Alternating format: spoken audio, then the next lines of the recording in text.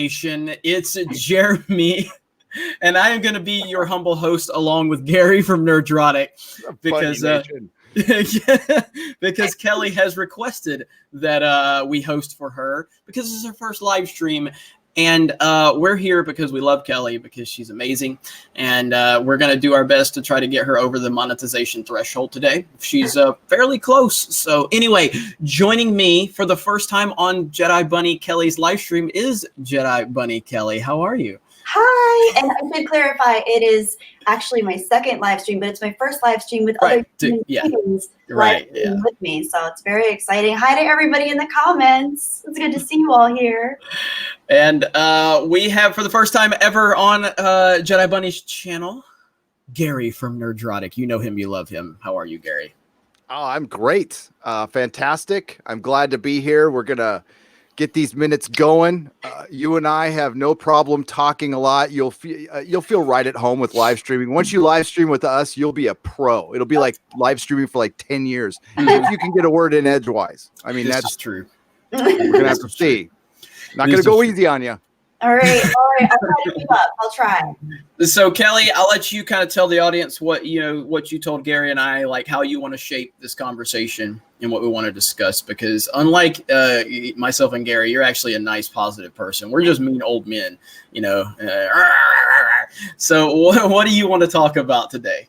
Well, ideally, I would love to just kind of keep it an open platform where we can all discuss different ideas and how we came into our geekdom and our nerdiness in life, because I think that's one thing that brings the three of us together, as well as everybody that's here watching. And I really would love to stay present with people in the comments and try to get to some questions. And of course, there's always negativity going on. There are always multiple sides to things. So if anybody brings up pertinent questions that have to do with the current state of affairs, of course, we'll address them.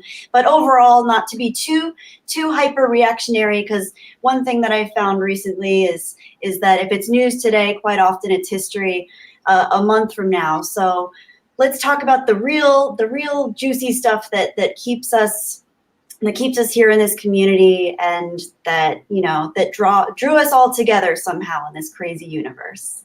Excellent way you put that. Well, I mean, just Gary's story alone is going to get you probably about 17,000 hours of watch time. So, are you ready? You might want to get a pillow or something and go get some tea. I'll get a pen and paper. No. I'll give you the cliff notes. I promise. Yes, I'm sharing this to our Facebook group right now. And if you can, everybody, please share the video, smash the melee button. And again, we're trying to just get as many people, in here so we can watch this, bring more attention to Kelly's channel. Kelly, if you don't know, a lot of you should know this, but Kelly has become a dear friend of mine. I've had her on Geeks and Gamers many times over the past year. We met about was it 8 months ago, maybe? I think it was close to a year ago, because it was right. I remember being excited because you announced that you were going to be in California for any fans that wanted to meet up. And I was like, I'm moving out there. So and I just moved here about a year ago. Okay. I think Jesse and I. Yeah, you had just moved. Yeah, you had just moved there. She moved 5 years before me, but around the same time of year. Okay, so.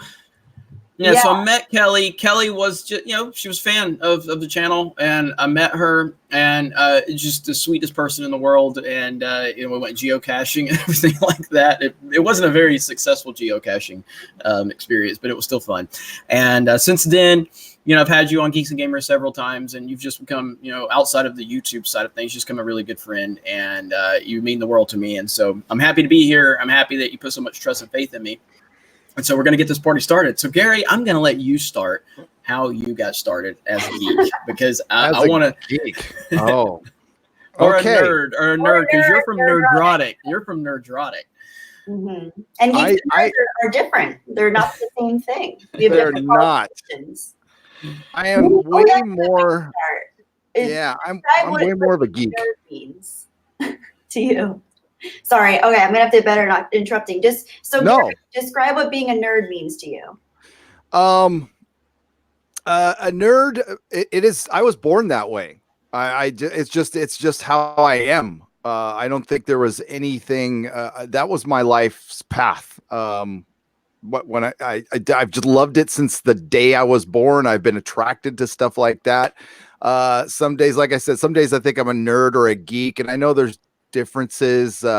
I'm not the brainy type. I'm not, I like to nerd out about things, but I am no science major or anything like that. I am definitely the pop culture type. Watching Batman, 66 Batman on my Grammy's TV set in 1972 or 3. The wheel was invented back then. And there were nerds but nerds, like back then, nerds were like, just the symbol on my thing. That's what they were. They were beaten up often. They did not get the girl or the guy, depending. But I didn't care. I love that stuff. And I have no explanation why whatsoever. I remember watching Batman and watching George Reeves' Superman. There's probably young people out there who have no idea I'm talking about. There was a Superman TV show. Ben Affleck did a movie about him. Yep. That was in black and white, and he had to wear a girdle, but that was my Superman. Like that's what got me into this. I learned how to read on comic books. But it was also the escapism, which, kind of got in my life as it was my happy place. It was the place where I can go and not deal with my troubles and work out, the problems I had when I was a kid. It was a place I went where I didn't have to deal with any of that. Escapism is important. So. Yes. That's a good answer. It's a good answer. That's a great answer. I can relate to that in many, many ways. I personally always felt like an outcast. I always felt like I just didn't quite fit in, and the elements of things that were considered geeky or nerdy, whether that be to do with science, biology, animals, wildlife, or to do with more pop culture things like Star Wars and Star Trek, Jurassic Park, Indiana Jones, all those types of things. It speaks, I think, to a lot of us, not just for escapism, but also to that more existential pondering that I think a lot of we nerds and we geeks tend to do a lot, especially if we feel growing up that we might not fit in quite all the way. It's a nice kind of way to feel connected to something meaningful without necessarily having to be part of a shared experience. If you're not one of the jocks or if you're not one of the popular girls, you can still kind of within your own mind have that excitement and adventure and that self-reflective journey. So I think that's something that all of us probably have in common. That's true. That's a very good answer. Hello to everybody in the chat. So if you're just joining us, Kelly has asked myself and Gary to kind of host, because she's never really hosted a live stream with multiple guests before. And if you saw her first live stream, which the thumbnail says it all, you're like screaming in the thumbnail of your live stream. You're like so scared. But oh my god, yeah. So it says, okay, get ready for your thumbnail in 3, 2, 1, and I was like, oh my god, what? I was so scared. That was genuine. That was a genuine horror expression on my face. So yeah, that's real, not predicted. Yeah, so good. But I just wanted to say hello to everybody in the chat. Yes, you guys. Yeah, I see everybody here. Thomas Gilkey's in the chat. I see Star Wars for Life. And Thomas says, Jeremy knows my story. I absolutely do know your story. He said, I felt like I didn't belong when Geeks and Gamers started. It felt safe to be a geek again. Appreciate that. Jedi Bunny is the kind of gal that would calmly explain to you why you can't shoot somebody. I like that comment. I appreciate that. I have those scenarios in my head sometimes when people are getting a little crazy out in social situations. I always try to be the calm mediator. So. Yeah, it's true. It's true. She does have that effect on you. I mean, even me. And if you hang out with her in person, or if you just talk to her, if you're just friends with her, she just has that calming presence about her, and she's very authentic from that perspective. So, all right. So the thing that really got me into being into geek culture is G.I. Joe. That was kind of my thing. I was also definitely into Star Wars and the Reeve Superman when I was younger, but Star Wars, the 3 3/4 action figures, those were the thing that really pulled me into this, and I fell in love with G.I. Joe. And I remember back in the day, and kids in the neighborhood, it was kind of like, I don't know, there was two types of G.I. Joe fans in the neighborhood. It was the ones that have seen G.I. Joe the movie and the ones that haven't seen it. And I was on the side that hadn't seen it at that point. So anytime we would play G.I. Joe, it felt like the upper class versus the lower class. Like the guys that had seen it were able to make decisions on how we were supposed to play. And it really, I mean, I'm not going to cuss Kelly because I'm on your channel, but really upset me. And it would really anger me that they were so pretentious because they knew more than me. And this is back in the day with Blockbuster and Movie Gallery and Hollywood Video. Every weekend, my mom and my aunts, they would go to the grocery store and we would beg them, go to Movie Gallery, bring G.I. Joe the movie home. And they never would bring it home because it was always sold out or something. And then one magical day, I was on the other side of the neighborhood. And it was just like one kid told another kid, and the other kid told another kid. And finally they come to us. They're like, Jeremy, your mom got G.I. Joe the movie. And we're like, holy crap. And we all just run from one side of the neighborhood to the other. And we walk in, and I'm sure there wasn't a light beaming down on it, but I remember a light beaming down on it. And I remember holy music playing. I remember this vividly. And to be honest with you, it was one of those moments that the reality of seeing it was even better than the expectation. And it was magic. It was magic to watch it. And, but yeah, G.I. Joe was kind of my thing. Obviously I was a Star Wars fan at a young age too. And, but there was also something special about the Christopher Reeve Superman, HBO. It would kind of time it when HBO was playing the Christopher Reeve Superman movie. And just seeing a man fly like that was just incredible. I love the Christopher Reeve Superman. That was my favorite. The John Williams score, Marlon Brando on, oh my gosh, Krypton. Yep. Oh, that was so cool. I loved that. Mm-hmm. If they hadn't have screwed that up, Kelly, that could have been as big as Star Wars. Yeah. The Christopher Reeve Superman was as popular as Star Wars at the time when it came out. It was beautifully done. And it's a beautiful. It was. Matt G's no super chats because she is not monetized. That's actually why we're doing the live stream. That's why we're trying. Yeah, we're gonna try to get her watch time up because she clearly has enough subscribers. She what did you go like a year and not make a video? At least not on here. You made videos for Geeks and Gamers with me. Yeah.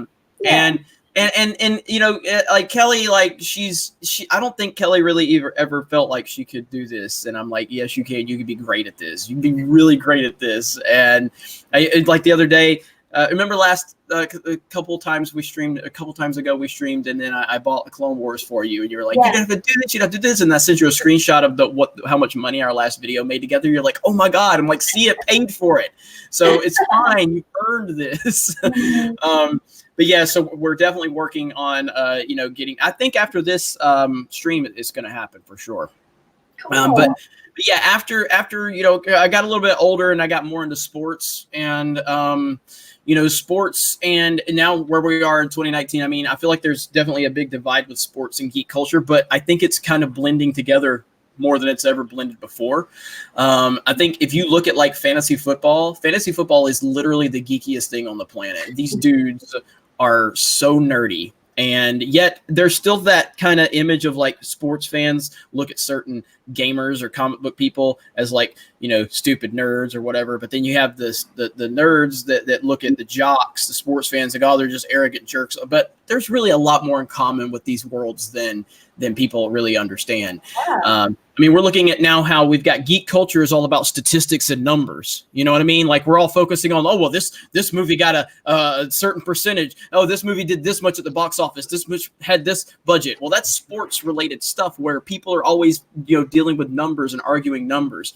And that's because I feel like there's sports topics. The sports crowd is kind of blending into the geek crowd, but there's still a big divide.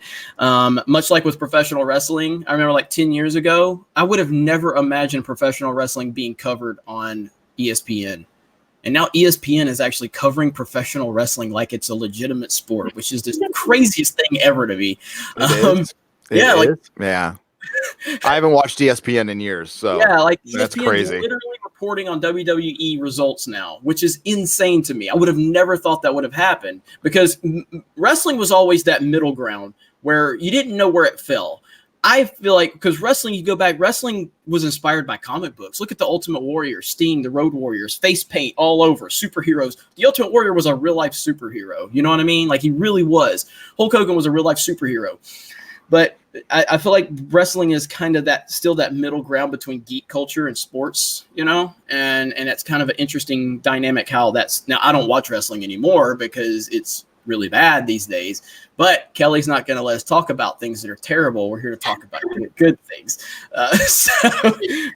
Did you have Gary, growing up, was obviously toys are a major aspect of your life. How'd you guess? I don't know how anybody guessed that. What? Go ahead. No, G.I. Joe. G.I. Really? Joe and Mego were the first toys I remember getting when I was a wee. But dude, my G.I. Joes were big with the hair. Oh yeah, and they were badass. I love them. And Mego, and then Star Wars figures, of course. But I was watching Space 1999, Star Trek. I was, again, a complete nerd before any of this happened. And I think the big turning point, I can't remember the date, but I remember, and anybody in the chat chime in, I think this, a comic book fan will say young men, remember, there's certain things we remember in our lives. We're not going to talk about one of them because we're gentlemen, but we're going to talk about the other one. The first place we bought our comic book. All right. I think, and this is a question I used to ask in my store all the time, and people would just boom, know it right there. So mine was Rancho Santa Fe Road, San Marcos, California, 1975, Marvel Team Up number 42, Amazing Spider-Man and Vision, with a guest appearance by Scarlet Witch and Doctor Doom when they were fighting a pilgrim back in the 1500s. That was my first comic. It was 25 cents. Nice. And it blew my mind. Like I read that thing to death, and it was crack. It was absolute crack after that. I just couldn't get enough comics. And then I found out there was these things called comic book stores. And my mom would go do her hair appointment and leave me. And the comic book shop guy hated me, but he couldn't get rid of me because I always bought stuff. So he finally handed me a broom one day, and I started sweeping his floors, taking out his trash. And that was technically my first job when I was like 7 or 8. I was like helping this guy at the comic store because my mom would abandon me in there, like, which isn't really fair to the guy now that I think about it, but I loved it. It was called Professor X's Comics in Oceanside, California. And awesome. Yeah, it was freaking great. And that was like the best time for comics. And I don't want to get too sad or anything, but it helped me deal with I had a lot of issues. I'm sure it's obvious when I was a kid. I was adopted, so I had abandonment issues and all kinds of crazy stuff, and I dealt with it by reading comics and just like by not dealing with it, which isn't really good. But you're a kid; you're not supposed to deal with it. So, that's how it happened, man. And with toys, I don't know. I see them as an art form. I don't see them as just toys now. I see them as a painting. They're a painting to me. They're a Picasso to me. Certain toys. Yeah. And that's why I like them. This whole room is an expression, is an artistic expression that has themes in it, and there's a method behind all this crap behind me. So and someday I'll share it. But I can tell it's beautiful. It's really nicely done. There's symmetry, and I almost think you use the rule of thirds. It actually looks gorgeous, and it's not haphazard at all. You can see the rhythm to it, and it's really awesome. So I think she understands. Yeah, she understands. I think our surroundings are often a reflection of our inner life. So it's really cool to see the color, but also the organization and the liveliness of it. It's really beautiful. So I can tell. I can see that, and I respect that. It's very beautiful. I told you she's awesome, Gary. She's awesome. So now, Kelly, I know a lot about your upbringing and some things that you went through. I don't know how much you want to get into this, but just basically, like, what really got you into geek culture as a female? That's obviously that's a struggle to kind of be in the geek culture at times. So talk to us about that. Kind of give us some insight into the what brought you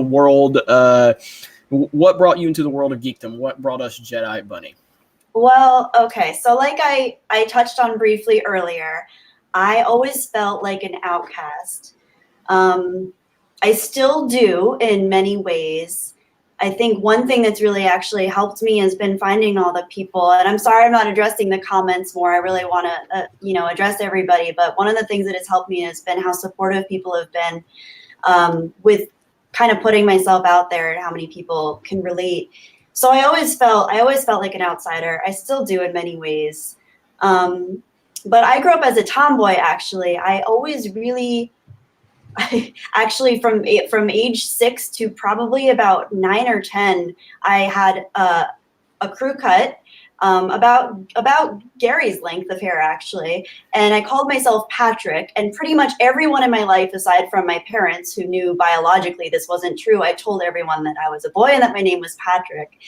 And I just always resonated more with those types of things. And I noticed that girls tended to kind of especially girl friends that I had tended to lean more towards things that I wasn't as interested in, like playing house and Polly Pocket and Barbie. And there was only so much feigning of excitement I could do for those things when really all I wanted to do was pretend to be a velociraptor or go catch frogs in the stream and ride my bike and hum John Williams in my head as I did things from day to day. So not only was I kind of a loner anyway, but I always felt kind of at odds with what I found interest in, because I grew up in a town where everything seemed kind of, it was progressive, but things seemed very cut and dry in terms of what you did if you were a girl versus if you were a boy. And I always kind of went to the beat of my own drum. And that's actually, I think, my first kindergarten teacher wrote in the notes that you get as a kid,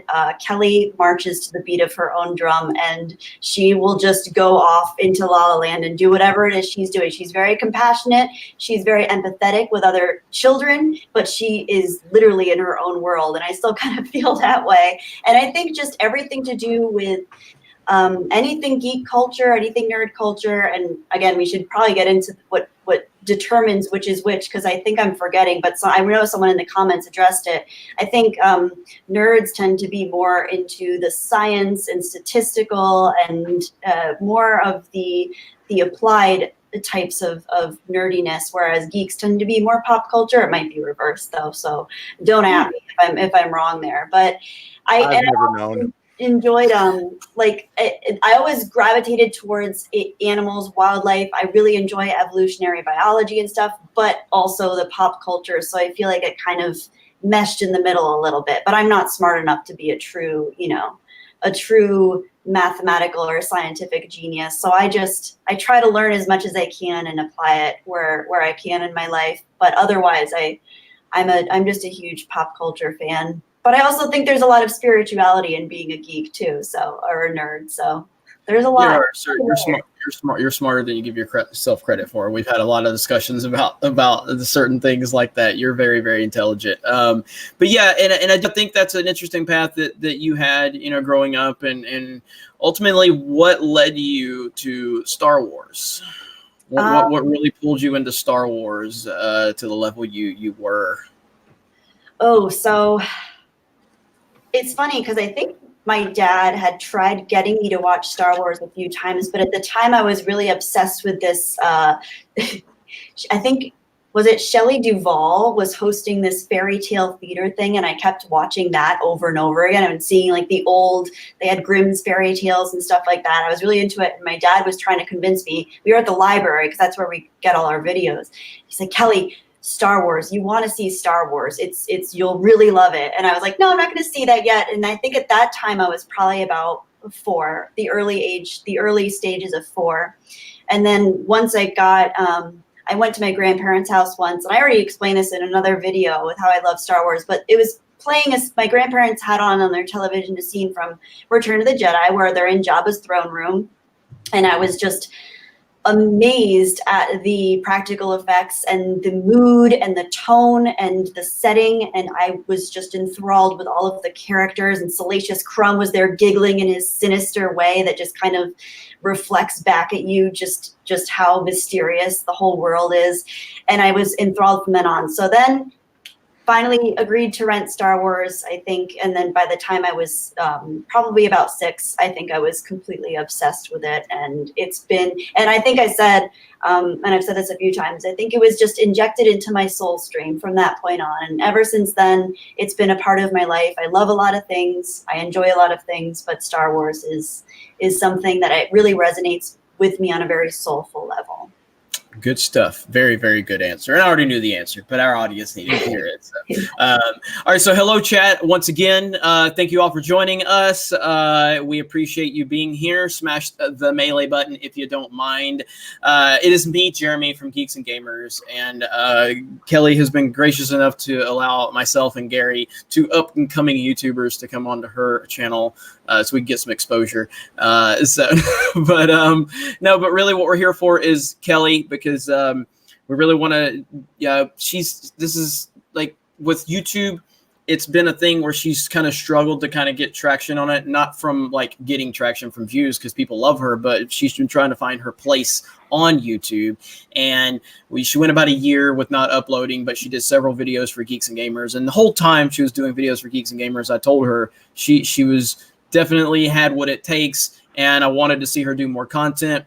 And here I was, I can't remember where I was. I all of a sudden, what was it? You uploaded a video, and I texted you like, "You're uploading! What are you doing? This is awesome!" And so you uploaded the video, and then when I'm in New York, Gary was with me when we were at Shake Shack, and I got a notification that says Kelly, or no, I didn't get a notification.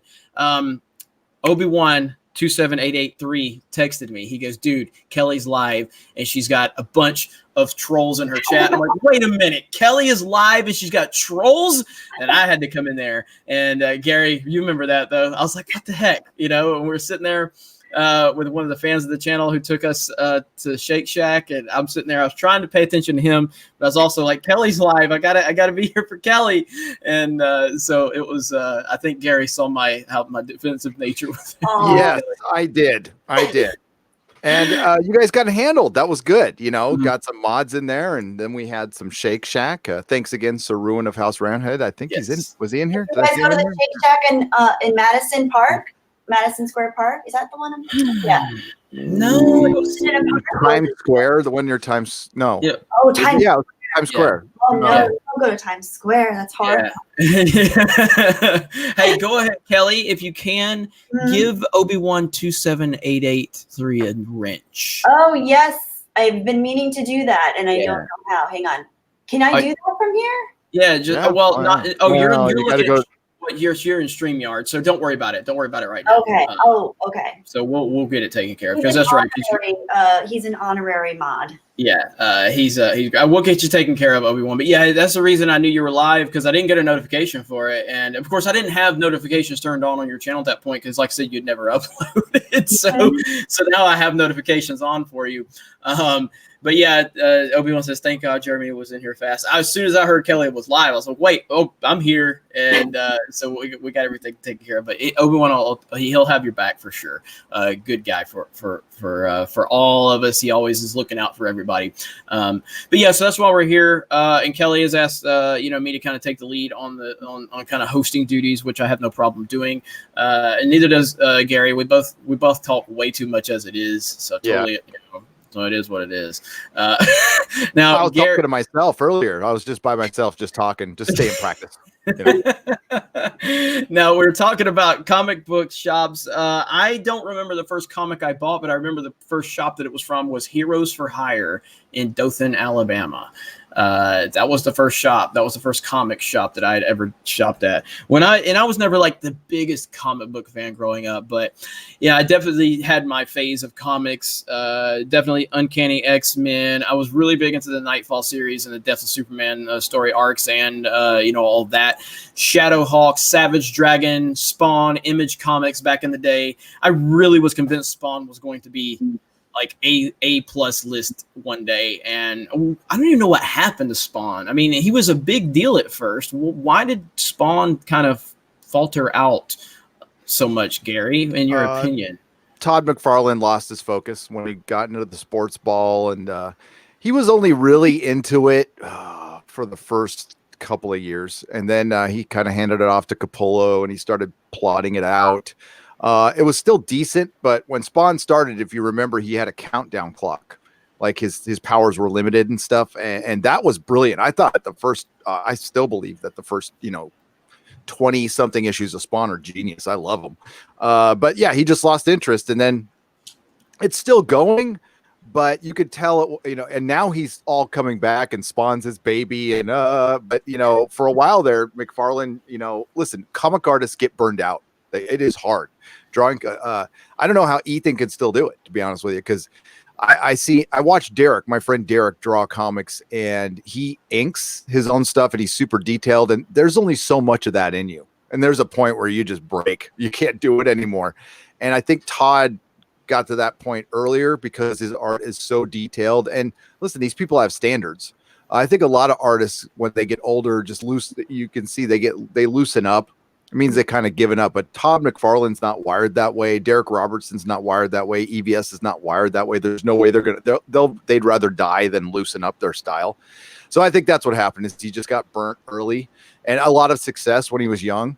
And quite honestly, he reinvented action figures. Like the guy's a genius. I admire him a lot. He's made some stupid decisions, like did he buy Mark McGuire's ball? Whose ball did he pay way too much money for? I can't remember specifically. I think it was McGuire's ball, his juice ball. But yeah. By the way, I wish they would bring back steroids in the baseball. I do too. So much more interesting. I would watch it again if they brought steroids back. Yep. Me too. I want giant hulking men with little toothpicks in their hands, hitting lots of home runs, and I will be back. I used to be the biggest baseball fan. But Todd McFarlane he's the closest thing to a modern day Stan Lee we'll get. He's nowhere near as prolific, but as far as his business acumen, it's pretty good for a comic artist. It's pretty damn good. And that's where most of these creatives, fall by the wayside, is their business side isn't that great, but that's understandable because they're artists. They're not supposed to be that way. Yeah. And if they were, they wouldn't be artists. So that's true. That's true. I think it's hard, especially for artists, to kind of walk the line between promoting themselves as a business and also continuing to keep up with the need for continuous art, and especially with comic book artists or animators, anything that's really, really high quantity and also quality necessary. I can't imagine the burnout levels with something like that. And especially as an artist, to have to be able to self-promote, self-motivate, self-schedule. It's, that's why actors and actresses and artists, musicians, bands, they have managers and they have people on top of them all the time telling them, you need to do this, you need to promote, you need to do that. And, that's something that you don't really see as much with the visual arts community. It tends to be there's much more eccentricity. And there's also, I think, a lot more instances of people just burning out and not being able to keep the momentum up. So you got to give kudos to those who are sticking with it. Yeah, that would be good advice for YouTubers too. Like maybe management, when you get to a certain size, management probably wouldn't be a bad idea because it gets a little nuts. And I used to be more of an artist. I can play instruments. I could draw to a very normal level, not great. But anytime I did a drawing or a painting or anything, I felt like I was taking like this little microscopic piece of my soul out. I know that sounds very dramatic, but you're spent after you spend a bunch of time on something. I drew a comic book, I wrote a comic book, and you're spent. I can't imagine doing that over and over again on like you're on a treadmill. It must be hard, but it's also fun. It's also a lot of fun. Yeah. And the same thing can be, when you find out, when you start making videos daily and you get into the algorithm and you start writing the algorithmic wave, it's a lot of fun, but there's also, you enjoy those little times of peace. Like you released a video, it's doing okay. You're like, okay, I can relax for like an hour or two. So yeah. I know that feeling. Oh man, I get a video that's just going boom boom. I was like, oh, all right, I can take it easy for I'm gonna take an hour. 10 minutes later, I'm back to like, okay, I got to get another video going. I can safely say I don't think that I would be able to handle that approach. I admire you guys and respect you so much for that. But I don't know, man. I just don't think I'm cut from that same cloth when it comes to that kind of stuff. The quantity, oh my gosh, it's impressive. But yeah, I think my introverted quality comes out. I'm like, okay, I need to go recharge by myself now and not look at any phones or screens or computers or anything. And and then I'm not really in charge of when I feel confident and energized enough to come back. I mean, to an extent, obviously we create our reality, but there's definitely a part of me that's like, okay, I need to go withdraw and exile myself on Dagobah for a while. Yeah, nice. I can identify with that. I like you spent a lot of time as a kid by myself, and I was perfectly happy. I mean, people, Jeremy, I used to play catch with myself with the football. And a neighbor felt so bad for me one time, came out and started playing. And I'm like, no, dude, I'm cool. I'm just throwing myself some passes. I throw them up in the air and, I was fine. Awesome. It was nice that it came out, but, I'd kick field goals. I'll give my action figures. I'm totally okay being alone for long periods of time. Never bothered me. Yeah, me too. And it's funny you say that the neighbor felt bad and they came out, because I've had so many instances of that, even in my adult life, where I'm on my own doing stuff. Even in college, I used to go out by myself. I'd go to the beach. I'd go eat lunch by myself. And people always came up to me like, do you need company? Do you want company? Or you're all alone? I'm like, I like my own company. And so many people that are hyper extroverted, I'll notice I'll be with people and they just won't stop talking because they feel like silence is a weird foreign thing. And I'm kind of like, I don't need to hear constant. I like just enjoying and absorbing my surroundings. So it's funny how people project their own. I think when someone perceives something as, oh, they're alone, that must be uncomfortable, because they don't understand that. They project their own, thoughts of what it would be to make them more comfortable if they were in your shoes. So I think to an extent, it's definitely empathy and people trying to empathize, but it's also, projecting their own feelings and not understanding that there are people that are just like, I can do my own thing. I'm okay. Good. That's true. That's good stuff. So I see we have Mary Mayhem in the chat. Hello, what's up, Mary? Drunk 3PO. Mikey Woods. We got Mikey a lot Woods of people here. I recognize a lot of people. Mikey Woods, we met Mikey in New York. That was awesome. So we do appreciate everybody in the chat being here. Kelly, I know you're dying to at least mention some people in the comments. So do you want to mention a few people? Oh my gosh, I've seen a bunch go by. I mean, I don't want to, I just want to say hi to everybody. I'm going to say hi to everybody and just know that I'm thinking of all of you guys. And I'm trying to watch your comments and keep up with them too as we go. And I'll do another live stream sometime in the next couple of weeks and talk directly to you guys again. So thank you all for being here. And I think by that time, again, and it's kind of weird with the monetization. And I know you're not really worried about it. That's the thing. Kelly's not really worried about it. She just wants to be here to interact with people. She's here for the interactions and the bonding and the communication and the back and forth. I know that for a fact. I'm the one that wants to get her monetized. So hopefully after this stream, you're going to be pretty close. And then I'll help you submit it and everything like that. And we'll go through all of that.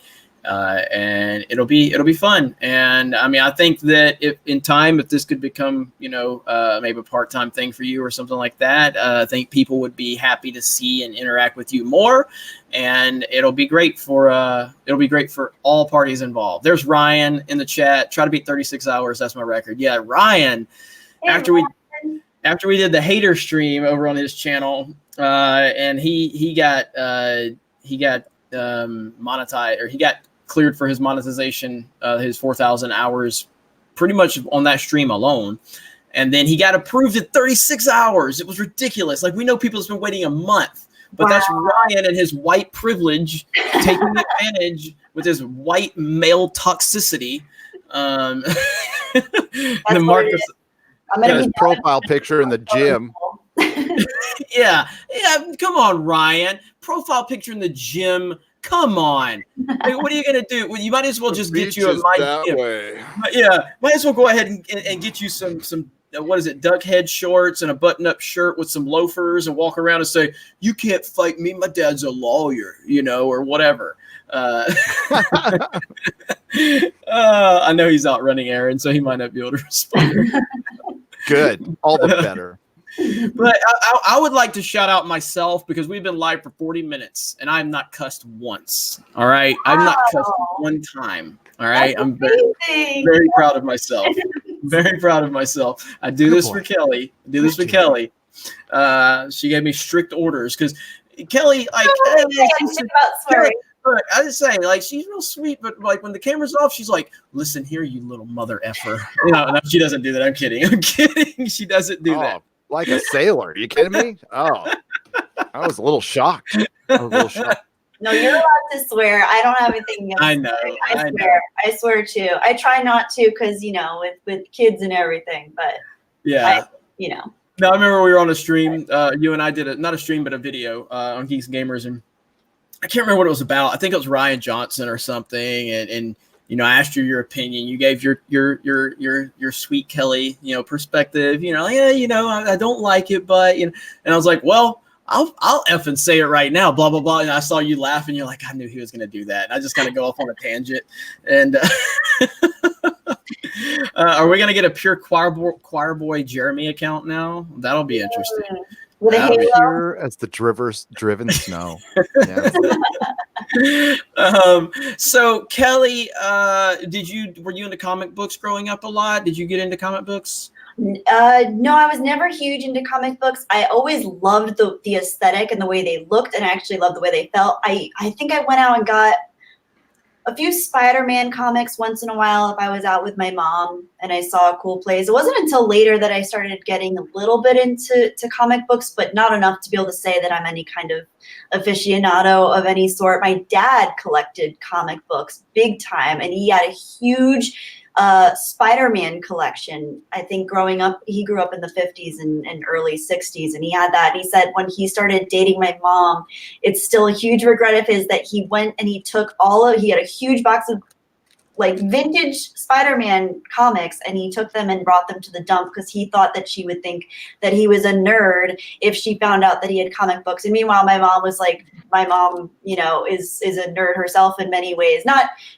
with like pop culture stuff, but her own version. And she probably would have thought it was really cool. So I always thought that was a cute story that, you never know what someone might end up loving about you or liking or appreciating about you. So don't try to compartmentalize something that you really feel passionate about. Live it. That's you. That's part of who you are and what makes you special. So well said. That is the best time about now, because back then we didn't have that luxury. I had to hide them. I mean, there was no way I was going to throw them away. I'm sorry. There's no woman worth that. And that's why I have a first wife.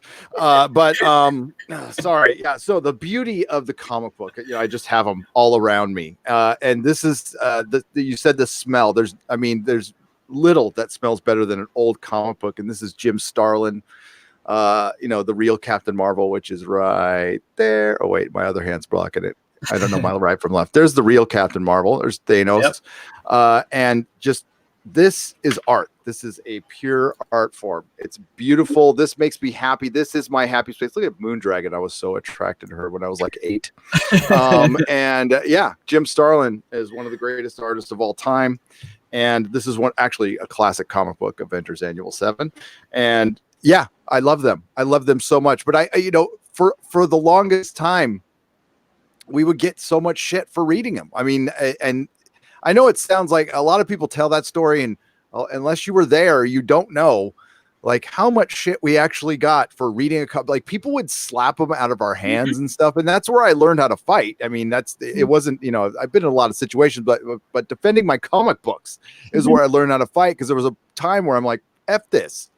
I'm just gonna mess with my comic books, and I got my ass kicked a few times before it 1-1. But you got to try, and but it was so much fun, and I can't imagine life without him. I just can't. I have them surrounding me all the time. I have to be near them.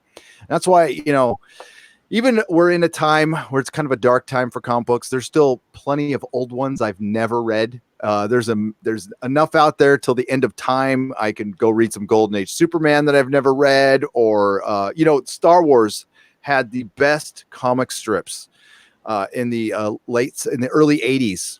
Al Williamson, the guy who used to draw Flash Gordon, used to do a Sunday strip for Star Wars, and they've collected them now. I highly recommend them. And it was right between there's between Star Wars and Empire and Jedi.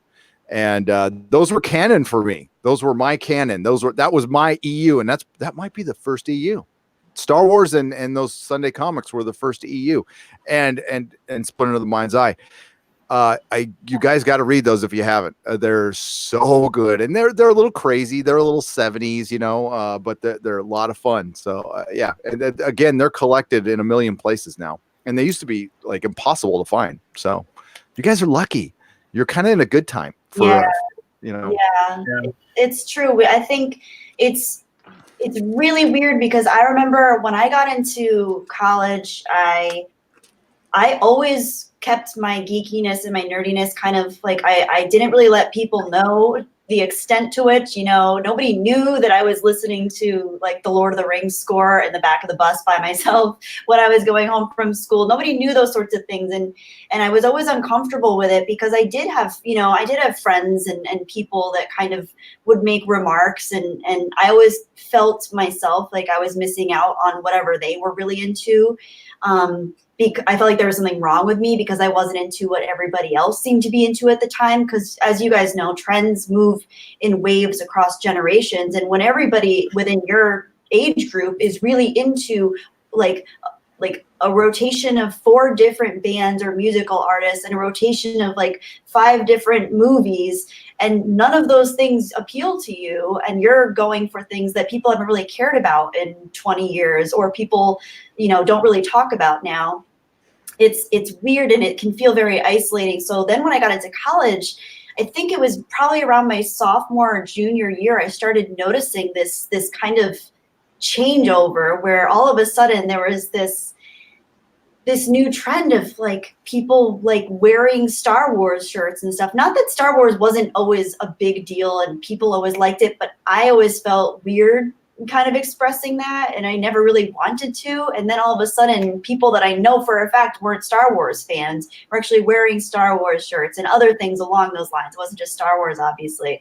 And I just remember thinking, wow, like that's interesting. It's becoming trendy now to kind of be more of a geeky, nerdy person. Whereas before it was something that was kind of, it could be considered uncomfortable for people. So now more than ever in 2019, when we're talking about it, it seems like it's so weird because it's more divided than ever within the fandoms themselves, but it's also more praised than ever to be someone who is geeky or nerdy or to like geeky or nerdy things. And it's very interesting to me from a sociological perspective as to where that kind of happened. And now, Stranger Things is a perfect example. It highlights all of these kids growing up in the 80s, loving Star Wars and Dungeons and Dragons and all of these different nerdy, geeky elements. But now that's cool. Whereas, in that day and age, those kids probably would have been considered the losers club from it, so it's interesting. Just a strange time. And they were, but it's God, Stranger Things does it so. I mean, I was that age. So Stranger Things happens, in 80-45, those kids are like 12, 13, 14. That was my age range back then. And they get that thing perfect. It's weird. It's bizarre. I don't know how old the Duff brothers, whatever, Duffer brothers. Yeah. They get it right though. It's perfect. They really do. It is so well done. And by the way, I just got your message, Ruthie. I can't make anybody a mod right now. Kelly's not signed in to the YouTube side. She's on the StreamYard, but I definitely want to get Stephanie B a wrench when we get time, and Obi-Wan. We'll get them covered though for sure. And I'll just show Kelly how she can do that from the back end of YouTube after the fact. So we'll get that taken care of. So hello to everyone in the chat. We've got over 200 people watching. Thank you so much for that. We appreciate that. Smash the melee button if you don't mind. We are joined today by Jeremy from Geeks and Gamers and Gary from Nerdrotic. And you all know Kelly from Jedi Bunny. And Kelly, you don't know this, but Nova just appeared out of nowhere a few minutes ago. And because Stephanie B was actually asking, where's Nova? So why don't you show them your avatar picture real quick. This is the avatar picture that Kelly picked. Okay. Because of course this is what she just hit. Wait, stop. I forgot how to do it. What do I do? Hit stop cam. Stop cam. Okay. Boom. There, of course, you had to put Nova. Because we were picking, I told her, I was like, you need to get an avatar picture in case you need to step away or anything like that. She goes, can I just make it Nova? I'm like, of course you can. I was like, that'll be perfect. So. She's staring at me right now from the meatloaf position on the floor. If any of you guys are cat people, you know what the meatloaf position means. Staring at me with all her stuff there. Yeah. So what? Why Nova? Well, I didn't name her right away. We adopted her about 5 years ago, and I didn't have a name up front. And she's a tortoiseshell, so she's black, and she has kind of a smattering of goldish orange hues and stuff, and it just reminded me of the galaxy. So I was trying to think of different names, and I couldn't really come up with one. And then I thought Nova, like a supernova, like an explosion of light from a star when a star is dying. And so Nova is named after basically a dying star, supernova. But she's awesome. Nova for short. Nice. Yeah. My oldest son, his middle name is Nova. Because, that's awesome. Yeah, that's beautiful. We're artists. We're artists, and we're so different. I love that. Thanks. So what we've been talking about is kind of what made us geeks and nerds, and discuss a little bit of we touched on this a little bit earlier, but discussing the difference in is there a difference in geeks and nerds? And I think there kind of always has been a difference, but I really have never been one of those people that have acknowledged the difference. I get it. And I feel like Kelly is kind of right in what she was saying, where it's like perception-wise, nerds are kind of like the more people that are like really into science and they're really intelligent, rocket scientists, things like that. Whereas geeks are more people that are into the pop culture aspect of things, comic books, toys, movies, video games, things like that. But for me, I think the two words kind of blend together. And ultimately, as a person that, I've heard people say, Jeremy is such a geek. And I'm like, I created something called Geeks and Gamers. Of course I'm a geek. I think that a geek, and I know this is kind of a comment that Simon Pegg has made, my arch nemesis, who can't stop talking about the prequels, but since I'm trying to be nice, I'm not going to go on a rant against Simon Pegg. The actor? Yeah, he will not stop crapping on the prequels. Oh my God. Full disclosure, as much as I love Kelly, she at one point in time was a prequel critic. We have shown her the error of her ways a little bit. She's coming around. No, right, Kelly? They're okay.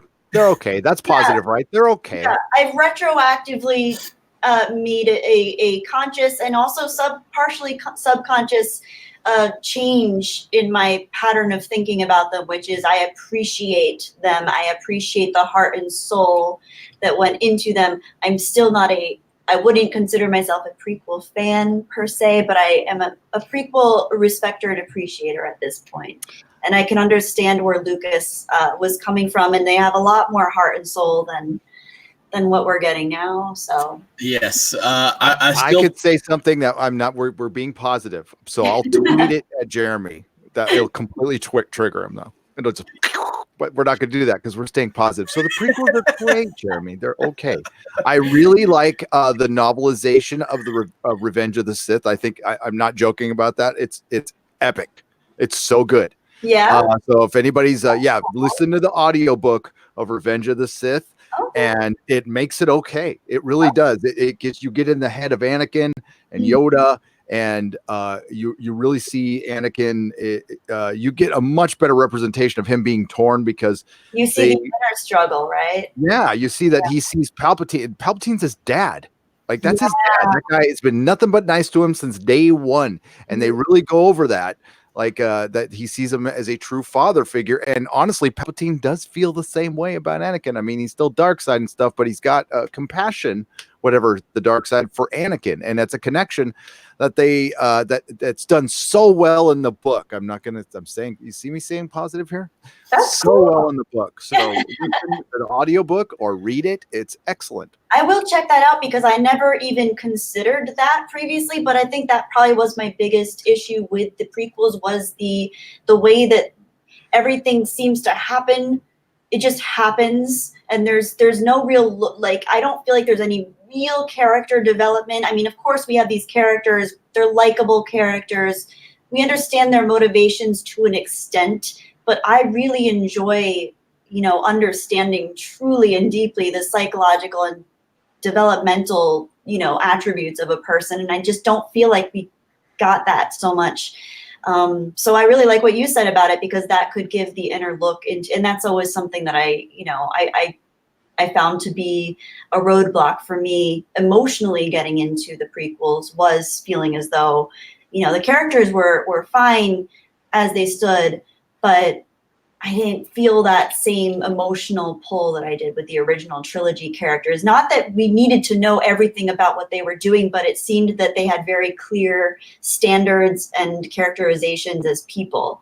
And I didn't feel that so much. So that's neat. I feel like I just repeated myself the same way 4 times. That's okay. No, that's called YouTubing. You're doing great.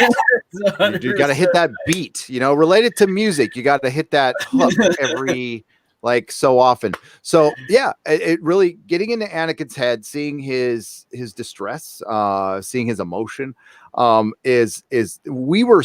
and my family were so into the audiobook. We were driving down to LA. I remember this clear as day.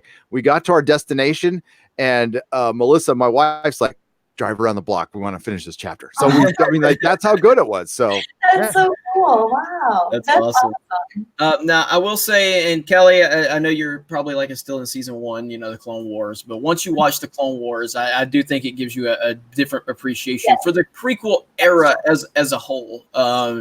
And I don't like saying that it improves the movies, because I don't like having to use outside material to, at the end of the day, the prequels did have problems. I don't think anybody's here to dispute that. I've never disputed that. They do have problems, and I acknowledge the criticisms of them. I do think that there's a lot of hyperbole with a lot of the criticism with the prequels sometimes, but I acknowledge that there are valid criticisms of them.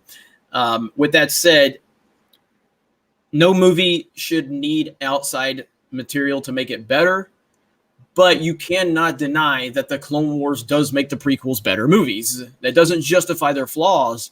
But the reality of it is once you watch the Clone Wars, I think it enhances the viewer's experience of the movies. It might not make the movies any better with how they stand on their own, but it enhances the viewer's experience. Just like if you read a book that gives you that insight, or if you watch another series that gives you that insight, it can elevate the experience. Like, I think a great example is Breaking Bad. If you watch Better Call Saul, or vice versa, it elevates the experience of whichever show that you're engaging with, because you get to see another perspective from another angle of characters, motivations, what they're doing, where their conflicts are, how they handle problems, etc. So yeah, and the Clone Wars is really, I've noticed, it's great for that, and it takes things in a direction that I've been really impressed with so far. And yeah, I'm only in the first season, but I'm really enjoying seeing the dynamics kind of work out. I love seeing Yoda again. Mm-hmm. Yoda's amazing, and he's even cooler in the Clone Wars than I think he was in the prequel. So it's awesome. Yeah. And the best thing that the prequel or the Clone Wars does is Anakin. I mean, it definitely gives you that's the Anakin Skywalker that we always heard about, that he's the respected leader. You know, he's the great pilot. Yeah, he's the person that struggles with his inner, dark side tendency. They don't dive way deep into that, like the dark side stuff, but there are crucial moments in the Clone Wars later in the seasons that they really do touch upon that. And the Ahsoka Anakin relationship is incredibly beautiful in the way it's developed, and it really does. I mean, you watch that and you're just like, man, Ahsoka could have literally saved Anakin. Like she really could have. But yeah, so I won't go too deep into it because I want Kelly to continue to watch those, and then Kelly and I will definitely have a full discussion about the Clone Wars when she's done, when she's catching up. And then we got Clone Wars season 7, which I'm a little worried about, just because it's being done by woke Disney, and I have no idea what to think, but we'll see. Listen to Gary. But Clone Wars is great. We love it. Yes. And yes, it's great. I didn't say positive at all costs. I mean, look, trust me. I think there's some therapy for Gary and I to actually just to focus on trying to be positive, for a little while. As much as we're dealing with negativity on our channels, I think we're relishing in the fact to just go, nope, we're staying positive just because. There you go. Oh, I've been in my happy place. Yeah, I just got back from the gym. I was listening to the audio Lord of the Rings for like the 90th time, and I just love it. There's so many good things out there. They're just old, unfortunately, and I think the positive thing about the Fandom Menace is what we get painted with a lot of broad brushes, but what we are essentially trying to do is keep things positive, protect the legacy of Star Wars. That because you know what, you talked about trends earlier, and nerds. That's the reason we're nerds. We stick with stuff when it's not cool anymore. Superheroes and comic books, they're all the rage now, but not for long. And this is what we in the Fandom Menace have been saying. It's like, we're going to be here when this is all over and all the normies have left and everything. And it's like, they just came to our house. We had a raging party. Everybody, peed in the pool and drank all the beer and clogged up the bathroom. And we have to clean it up. We're going to be the ones cleaning up and carrying it over to the next generation of normies that wants to come in. And that's what we're trying to do. It's very positive. And I'm not going anywhere. I can't stop being a nerd. It's just not going to happen. I'll find other things to do. There's other stuff out there. And we're trying to protect the stuff we loved as kids, because we know our kids and next generation, would probably love Star Wars and Star Trek if it was done right. But there's other things right now.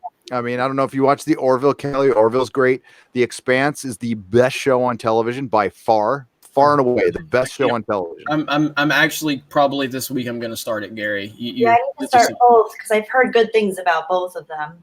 So. Oh God, I watched a sneak peek of the first episode of season 4 at New York Comic Con, and it's getting on the level of Game of Thrones when it was good. Especially when Game of Thrones season 4 premiered, I got the same feeling. It leveled up. And if you're not watching The Expanse, folks, it's the good thing out there. Yeah, Gary, Doomcock, and Anna have both just swore by this. I don't know if Anna's caught up on it completely, but I know you and Doomcock swear by this series. So I'm going to make a point to really get into this series. We're on you saw a preview of season 4? Is that right? Season 4. They're all on Amazon Prime, Jeremy. And once people always say it's got a slow start. I completely disagree. I think the first 4 episodes of season 1 season 1's breakneck. It's you get introduced to your characters. I'm not going to spoil anything. And then the characters get thrown into their peril. And then it's just surviving for a season. It's just going from one thing to another. And it's paced a lot like, what we love about Raiders of the Lost Ark. It's one of the best paced films of all time. Yes. Like it's just go, go, go, go, go, go, go. Has a little moment. Go, go, go, go, go. That's what The Expanse does. So there's no boring parts of The Expanse. That you bring up pacing, because I think that's one of my biggest issues with movies right now, regardless of genre. I think pacing has become a huge issue for me. Raiders of the Lost Ark is an excellent example. Jurassic Park, I was also thinking of recently, is excellent in terms of its pacing, because as much as both of those films are very action adventure heavy, there is a lot of great dialogue and character moments, and you don't see these quick edits of the camera going to someone's face and then back and forth. You have long shots, you have medium shots, you have characters engaged in conversation and meaningful dialogue happening where there's emotion being conveyed. Some of my favorite scenes in Jurassic Park are with I always forget names when I'm actually thinking about it, but with Laura Dern and the actual owner of the park, John Hammond. Yep, John Hammond. Yeah. What is Laura Dern's name in that one? Dr. Grant. No, Alan Grant was and then Ian. I think Dr. Ellie Sadler, was it? Because there's Ian Malcolm. Everybody knows Ian Malcolm. Yeah, Dr. Ellie Sadler. Yeah, Mark the Cyborg. Yeah. So it's one of the best scenes, I think, in the entire film is when they're sitting across the table from each other in the Jurassic Park cafeteria, and she's eating ice. They're sharing ice cream, and he tells her that he has the monologue about the flea circus of when he was a child, and his dream was to get people to come together and to feel something, even though it was an illusion, that there was depth and meaning, and it brought people together. And he said that's all he really wanted with Jurassic Park, was to bring a sense of wonder and to bring light into children's eyes. And that's what movies used to do for me, and still do. When you see a good movie, that will still happen. You'll still have that moment where all of your senses are just engaged, and you get chills, and you're in it, and you feel every moment, you feel every beat. But I think that's such an interesting juxtaposition of Jurassic Park. And then, obviously we have Jurassic Park now, and it's just nonstop, and you don't get any of those character moments that made the original great. And same with Indiana Jones when they tried to, revive that one. So I think a lot of the creative teams behind these films and behind these industries have tried to recreate something and they've almost created a Frankenstein's monster, where they've recreated the physical embodiment of something. It looks good. It's paced in a way that represents action adventure. So it's quick. There's quippy dialogue. There's a lot of stuff going on. Beginning, middle, end, conflict resolution, but there's no soul inside of it. And that's something that I think we're missing. And I think pacing is a huge reflection of that. So sorry to go on a huge tangent, Gary, because you were bringing up really good points about pacing with Raiders of the Lost Ark. No, I'm all in. I'm listening. We need that more than ever. I think it's just, movies taking a step back and realizing what gets people emotionally engaged, not what's going to make them feel like they're represented. Yeah, I've been hearing good things about it. Joker's pacing is unbelievable. It makes the film. Yeah. Kelly, you and Joe have to go see it immediately. Yeah. Is he working now, or is he out of town? He's in Albuquerque on business, but he'll be back. That's where my sister lives. I'll pay for both I'll pay for you to go to Albuquerque with him to go watch it right now. It's that good. Oh my gosh, it's so good. No, but you're gonna love this movie. I know you, and you're gonna love it. Go ahead, Gary. Somebody tweeted at me yesterday who doesn't follow me and just goes, "I'm really disappointed in your opinion in this. Joaquin Phoenix just is a crying biatch throughout the whole thing." And I'm like, I just responded like, and I usually don't respond to this stuff, but I'm like, maybe cinema isn't for you. If you didn't feel anything for Joaquin Phoenix, maybe just movies aren't like something you're that connect with you very well, and that's okay. I mean, they don't connect with everybody. My dad was not artistic at all. Like he was an accountant. I mean, he stock market. That's what got him going. Like something beautiful, like a beautiful piece of music, a beautiful piece of John Williams music, Jedi Bunny, can move a person, that can move you to tears. Like that's how good that music is. My dad could never feel that. Like he just doesn't connect on art on that level. So maybe that guy didn't either. And that's the way to go. It's great. You'll love it. It's dark. It's uncomfortable. But it's a must see. I love dark and uncomfortable movies, actually. Yes. Those are some of the best films, in my opinion, are the ones that really make us question what is the human experience? Is it really as pure and beautiful as we think it is, or is there something underlying it where there's a really sinister element and people are just screwed in a lot of ways? So I'm sure that, who else's story would be a great territory for that to explore than the Joker's, than his upcoming in the world of Gotham City. Does it take place in Gotham City? Where does Joker? Yeah, it takes place in Gotham, but it mirrors New York in 1981. So it's which I that was really close to, that was the first time I went to New York was in 1981. Wow. And there was the garbage strike. And I remember that. And then the second time I went was 86. And then the third time I went was last weekend. But yeah, it was cool as hell seeing the Joker in New York. I thought that was great.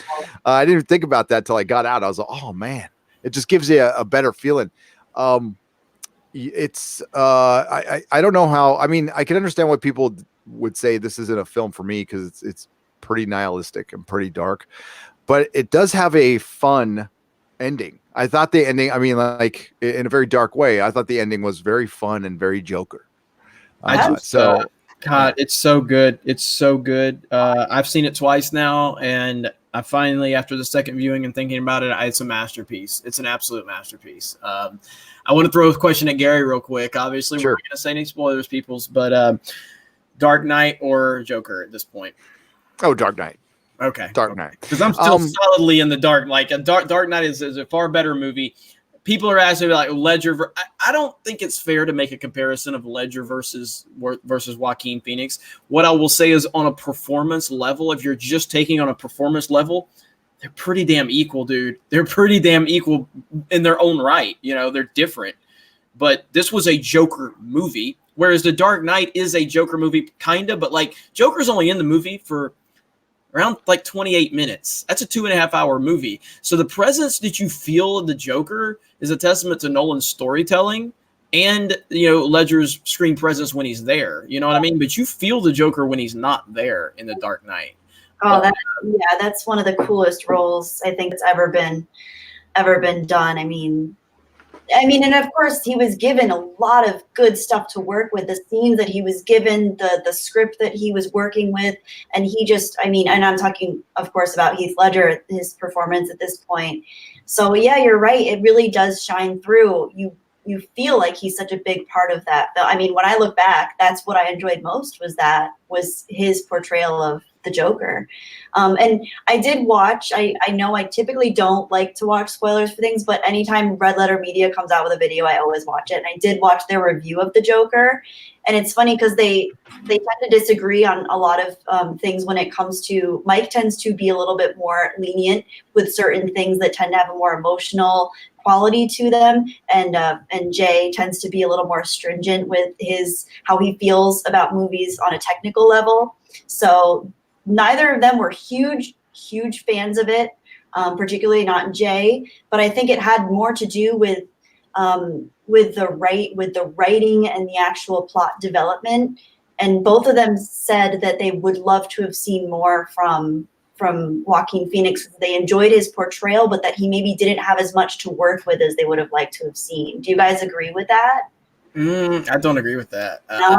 I thought it was a masterful performance. I guess you could say you wanted more of it, but this is again, no spoilers or anything, but this is a fundamental breakdown of how he became the Joker. You know what I mean? And it's the mental. It's about mental health. And I don't want to go too deep into it, but I did not, it didn't leave me going, I wanted to see more in terms of like, yes, I want to see another movie with him or whatever. But I felt that from beginning to end, I felt it was a masterful performance from him. I felt that there wasn't a ton of dialogue, but there was storytelling within the moments that there wasn't dialogue. You know what I mean? What do you think, Gary? Yeah, I don't agree with that statement either, because he acted more through just his motion, and there's a lot that's supposed to be left to interpretation in this. I remember Joaquin Phoenix, and I think they went in. I think both those guys went in with a little bit of because they both said they hated the Hangover movies and stuff, and I think they went in with a bit of a prejudice towards Todd Phillips. Yeah. And I totally disagreed with their take on that, by the way. Okay. I think Todd Phillips is a great director. And yeah, Hangover can be a frat boy movie. So what? It's still great. And it's stylistic as hell. And they called it simple. So they called it simple. And sometimes in the overall plot can be completely, in Raiders of the Lost Ark is simple. Man looking for thing. That's it. It's they lost their friend. Oh, he was on the roof. It wasn't about finding their friend. And in the Joker, you are supposed to walk out of that going, well, this could go one of three ways, and we'll never know which way it is. That's it. I mean, and you can either like that kind of movie or you don't. And it sounded like they wanted a little more. I went into it knowing that fundamentally it's still a superhero or supervillain origin. Yeah. So I got comic book in mind. So everybody's looking for the big messages of, it's, the anti-rich message. Yeah, of course. Well, they're trying to relate something to Gotham. I mean, it's still DC Universe Gotham. And the DC Universe is not the world outside your window like Marvel. It is a fantasy world that's a lot different. And that's why it works for me. That's why it worked. Yeah. Doomcock has a great video out where he gives his 2 cents on the ending. And I can't wait to talk to him about it on the Inquisition because I totally disagree with him. When is that going to be? Sunday. Yeah. He thinks, but I don't want to give spoilers, but I just totally disagree. But I can understand where he got to that opinion. Message me later on. I want to know. Plus, I'm supposed to actually have a conversation with him about something later today. So yeah, do it. Yeah. So Doomcock, hit me up. But you will I think you'll like it, Kelly. I think. No, I know she's. I love Red Letter Media. I do. I think those guys are great. I trust their taste.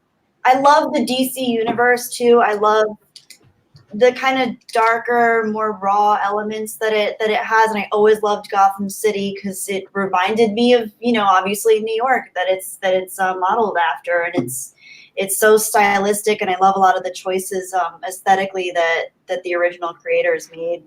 So I would love, and I love the Joker. I've always been fascinated with his character. He's always been my favorite villain in the DC universe. Yeah, I think he has one up on Lex Luthor. That's for sure. But I know you're gonna love this movie. I can't wait to hear your opinions on it. So I'll check it out, and I will let you know. Yeah, I'm pretty sure you're gonna love it because I know a lot of the movies you like, and I think this is right up your alley. You're going to appreciate the hell out of it. It is great. It is a great movie. And yeah, back to that. So to me, again, Heath Ledger's Joker is the greatest single acting performance I've ever seen. I don't think I'm ever going to have that topped for me personally, but I do. Like I've heard that there's inevitably it's always going to be the comparisons of like when a new person plays Joker, and again I think we all can agree that nobody's going to top Jared Leto, just because I couldn't even say it with a straight face.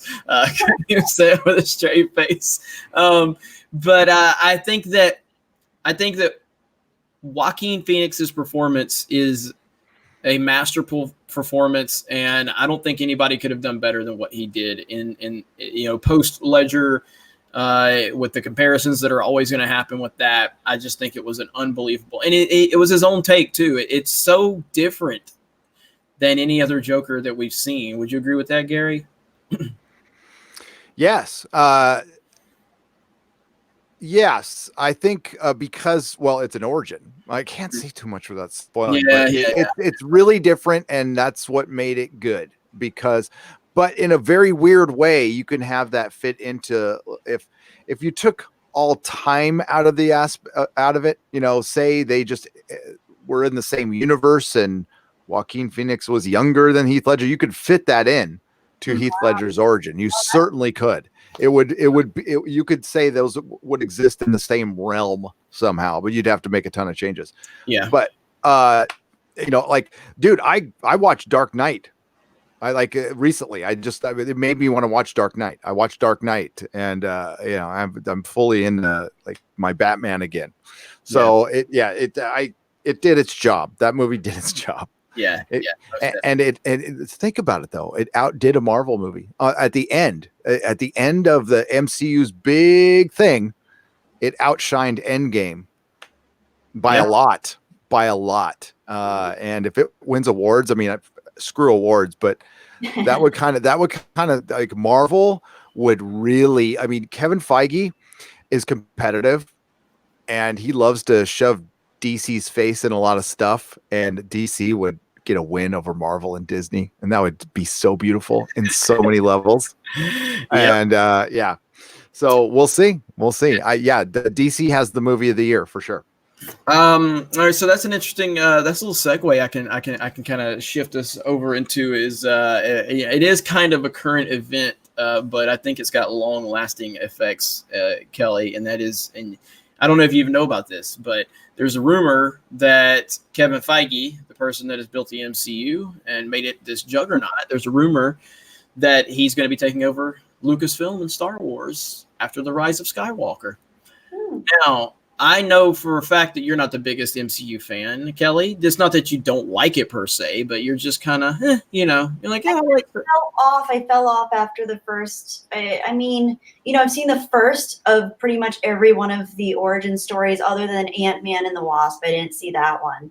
And then depending on whether I followed through or not, I don't know. I kind of fell off when I realized what they were kind of working towards. Right. And so I always felt that the MCU was really safe, and I feel that Star Wars needs to be safe. I feel Star Wars needs to take risks, but it needs to be within the universe. And I feel like that's the problem we're in now. But yeah, Kevin Feige taking over. It's not the best news in the world and I actually believe it's going to happen, but at least we're getting rid of Kathleen Kennedy, but yada, yada, yada. Mm-hmm. But I just wanted to kind of get your take on that really quick. I mean, at the end of the day, I think we're all going to be happy to move on from Kathleen Kennedy, but I think Star Wars has a lot to improve upon, and it's going to take time to get us there. That's the thing. I think for Disney right now, their main directive, their primary directive, if you will, is to make money. And they're realizing that there's been a huge fallout of the fan base because of the decisions that they've made creatively. And I think they see Kevin as maybe, oh, look what he did. He made a lot of money for the MCU and he didn't piss off too many people in the fandom. So maybe he's a better choice right now. And I just think, to me, they're just going to continue making these decisions based on bottom lines instead of actually looking at the art. And all that shows to me is that, okay, like it's still not in the right hands if that's the primary directive. Because if the primary directive is to make popcorn movies, and a lot of people would argue that, well, Star Wars are popcorn movies, but not for me, and I think a lot of you guys would probably agree with that. They're not just popcorn movies, and there's a depth and a meaning to them that I think, really moves people. And I don't want that. I don't need just another blockbuster. I'd rather have something that does go into the world of the characters and create something instead of just trying to, make a simulacra of something that we've seen done a million times before in different ways. I want something to be quintessentially Star Wars. I don't want it to feel like, whatever they're trying to do, because it feels very hollow,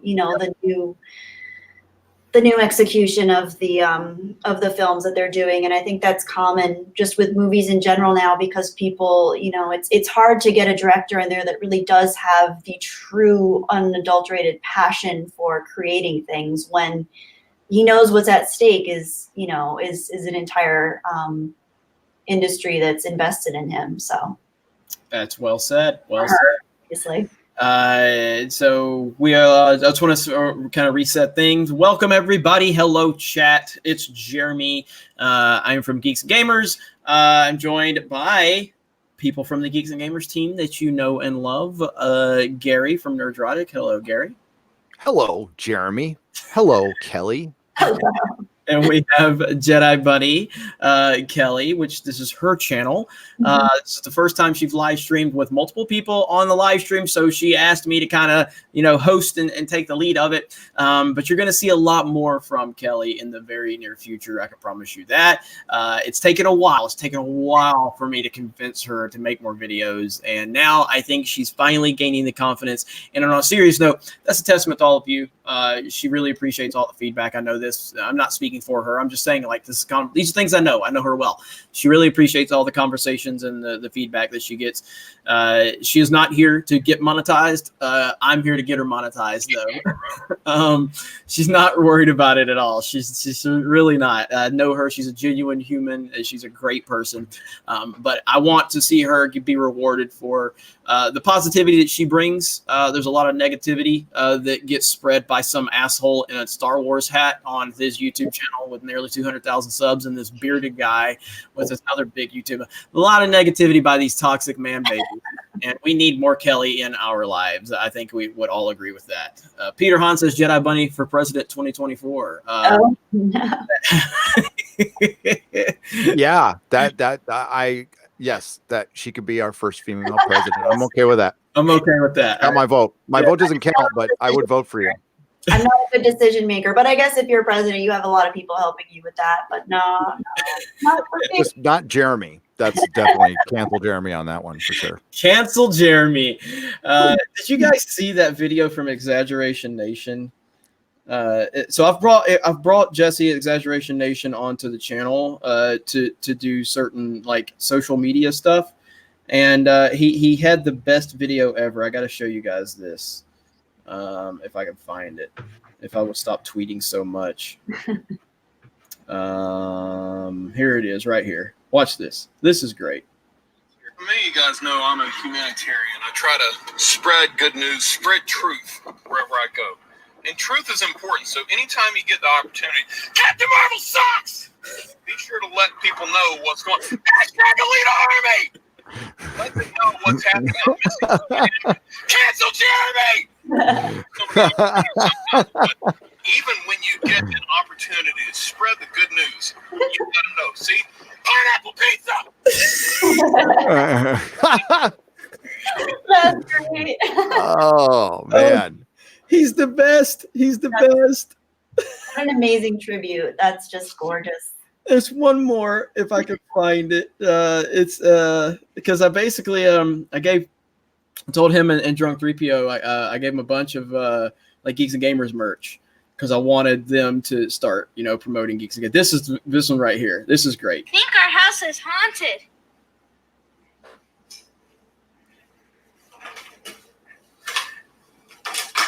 Car video.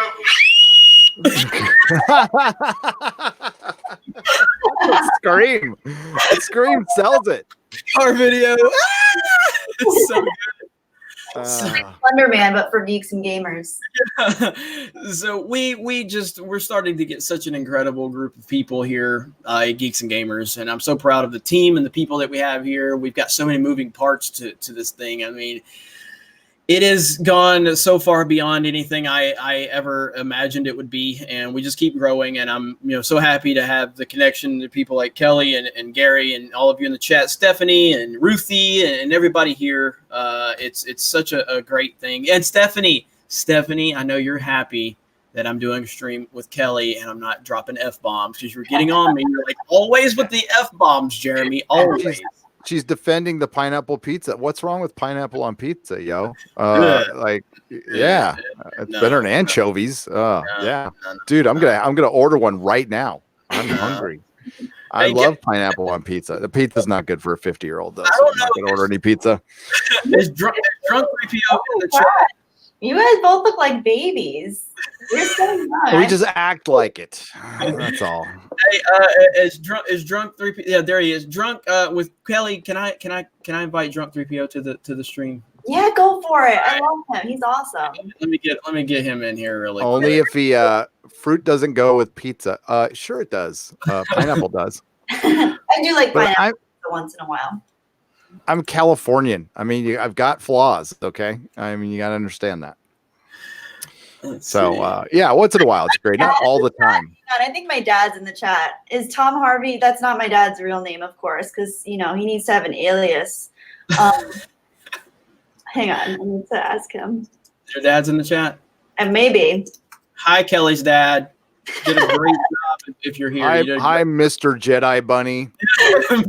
Jedi Bunny. If that's the case, he and my mom are probably both watching right now. Yeah, because you had me send you a link. You're like, I want to send it to my parents so they can watch. So watch my stuff. They're sweet like that. They're very supportive parents. So hi, Mom and Dad, if you're there. hello, Mr. and Mrs. Jedi Bunny. Daughter is amazing, and we are all blessed to be on a stream with her.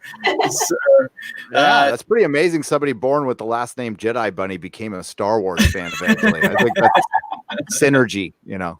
I think that, yep, because he's calling me my childhood nickname, Kelly Belly. That's awesome. That is awesome. I Good. That's cute. Now I'm glad I'm not doing typical Jeremy language on here. Since Okay, your he's parents- fine with swearing. Both my parents are. They swear like sailors sometimes. So. Okay, good deal. Good deal. Well, if you ever, Mr. and Mrs. Bunny, if you ever watch me on Geeks Gamers, I'm not as professional and nice as I've appeared on the stream with your daughter. But now watch Definitely for drunk. not. Watch for drunk 3PO he's not responded. Check your Twitter inbox 3PO if you can join. I don't know if you're around. But 3PO is great. He's not actually a drunk 3PO. He actually rarely drinks, but I'll let him tell the story of how drunk 3PO came to be if he's willing, if he joins. So let me know. Let's see. During the war, my granddad used to throw puddings at the enemy. He was shot for deserting. I had to highlight that one. I just caught that one. I like for Thank you, Darren. That's cute. So Ed, yeah, I mean, I think we've had a great stream so far. We're going to continue to be here for a while. We've had over pretty much 200 people consistently watching. I think that's probably a little bit better than the stream you had. So, and I'm only looking at it in terms of watch time, because if we can go for another maybe 30 minutes to an hour, I think we can. This is definitely going to put you at that threshold that we need to get you at, and we'll definitely share the video a lot after the fact, and the watch time will get there, and then from there I'll get with you. I'll work with you. We'll get you submitted for monetization, and then hopefully you'll have. We'll probably put your name as Ryan Kennel, since he has the white privilege card. Since he got he got approved like within 36 hours, which is the fastest anybody's been approved to my knowledge. I mean, That was crazy. I know proper Jeremy waited like 3 months. Lethal Lightning waited, it seems like 6 months, if I'm not mistaken. Wow. So He's in Australia though, right? Is Lethal Lightning in Australia? Oh, that's why. Yeah. He's just too damn far away. I'll check your inbox on Twitter. I sent you a link. Are you drinking already? I just told people you don't drink that much. Now it seems like you're drinking. He said he was working, so he might not be here. He says he's here. Right. I don't see him though. I don't see him in the thingy. He says I'm coming. Okay. Well, take your time, drunk. It's okay. We're just on a live stream. We're gonna be here forever. Yeah, it's no big deal. You've only got superstars like Kelly here. You're not supposed to. She's not supposed to wait on you. Okay, so it's just make sure you check yourself, drunk. She's sitting there going, "What is he doing?" Yeah. Point of personal privilege. Point of personal privilege. Is that how that goes? Oh man. So Sith Bunny, your arch nemesis, is here in the chat, Kelly. So how did that happen? How did the Sith Bunny? Yeah, I saw that. How did this happen? Your arch nemesis. When did this happen? For every good force in the universe, there needs to be an equally powerful dark force. So I think it just conceptualized. Very good. Cool. I appreciate Sith Bunny. We need to look at our darker shadow selves in order to understand our own path in this world. Duality. Yeah. Very, very well said. So Stephanie B says, at DJ Cobra with a heart. Thank you. She knows, because she's like, hey, he's behaving. He's not cussing. He's not going on rants. He's not screaming about SJWs. Again, Kelly keeps me in line, and I'm okay with that. I have no problem with that. Every now and then, though, I've went on a few rants with her on Geeks and Gamers a few times. I think it was a 24-hour live stream. There was a lot of Jeremy parody accounts, so I made one when Kelly came on. Heck yeah. I remember you came on that one, too. Gary, did you join the 24-hour live stream? I did not. I don't think I was around. I think you guys weren't taught. I was too small for you guys. I was small potatoes. You know what? That's true. I don't think I knew you at that time because, like I said, when I got to know you was when you filled in on a live stream or a high council one week when I wasn't on. You were on with Anna, and I think Doomcock was on there too, but he had already left by the time I joined. I think that was like March. It was right before Game of Thrones. Yeah. And so so that's when I got to know you, and I was like, oh, dude, this guy's awesome. Who is this guy? Because you were taking jabs at Tom Brady when you saw me. You're like, hey. And then I was like, all right, who is this guy? And I watched your channel. I was like, I love this dude. This dude's awesome. And I've been a fan ever since. So, and here now, Gary and I are good friends. So, all right, let's see. My wife used to do Tom Brady's mom's hair. So she used to be Tom Brady mom's hairdresser. Yes, and little 15-year-old Tom Brady would be hanging out in the salon. Hang on. Back in the day. I sent Drunk the wrong link apparently. Let me see here. Oh, the link to your AdSense. Drunk, call me. Yeah, I heard that. All right, check Facebook Messenger instead then. Drunk. Boom. All right, I just sent it to you. So you should get it now. So quit crying. Oh, there's Cam Girl Jeremy is in the chat now. We can't get into how that one came to be. I guess all the Jer Army accounts are going to start showing up now. There's only been a few here, but Crackhead Jeremy 33 has been here for a while. Crackhead Jeremy 33, good to see you here. Yeah, we got to meet the 1 through 32. Yeah, or are they all dead because they're crackheads? I asked him on Twitter. I was like, what? How did you 33? Like, what did that? I don't understand that. Freemason. He's a crackhead Freemason. Yeah. Jeremy sent the wrong link. You sent me a Facebook post. Oh, a new Jeremy is created. Wrong link, Jeremy. Stephanie says there's a cam girl Jeremy at Lord. So is there a Twitch girl Jeremy, or is that same thing? Is cam girl Twitch? Give them ideas. Don't do that. they don't need. I mean, yeah, probably not. Probably not a good idea. Jeremy has time to send the wrong link, but no time to watch Batwoman. Yes. Are you going to give me? Do I need your CW sign in to watch Batwoman, Gary? Is that what I'm going to need, or can I watch it online? No. Hang on. Do you have a Gmail that you want to message me? It's over at gmail.com. Oh, what is it again? Cobra at gmail.com. ddaycobra@gmail.com. Hang on just a second. I'll share it with you right now. It's on my drive. You're asking Kelly. You're actually watching Batwoman? I think I owe it to the show. Plus, it gets me a lot of views if I can talk about it more. Aaron Rodgers is the GOAT acknowledger. Jeremy, really? You guys have crossed the line now. That has crossed the line. Aaron Rodgers is the GOAT acknowledger. Jeremy, that is actually hilarious. So, some people don't come back from watching that. How bad is it, Gary? I haven't watched your review. How bad is it? Oh, it's not like Captain Marvel bad. It's just CW bad. It's, I mean, all the woke stuff you saw in the trailer. Everything else is just kind of.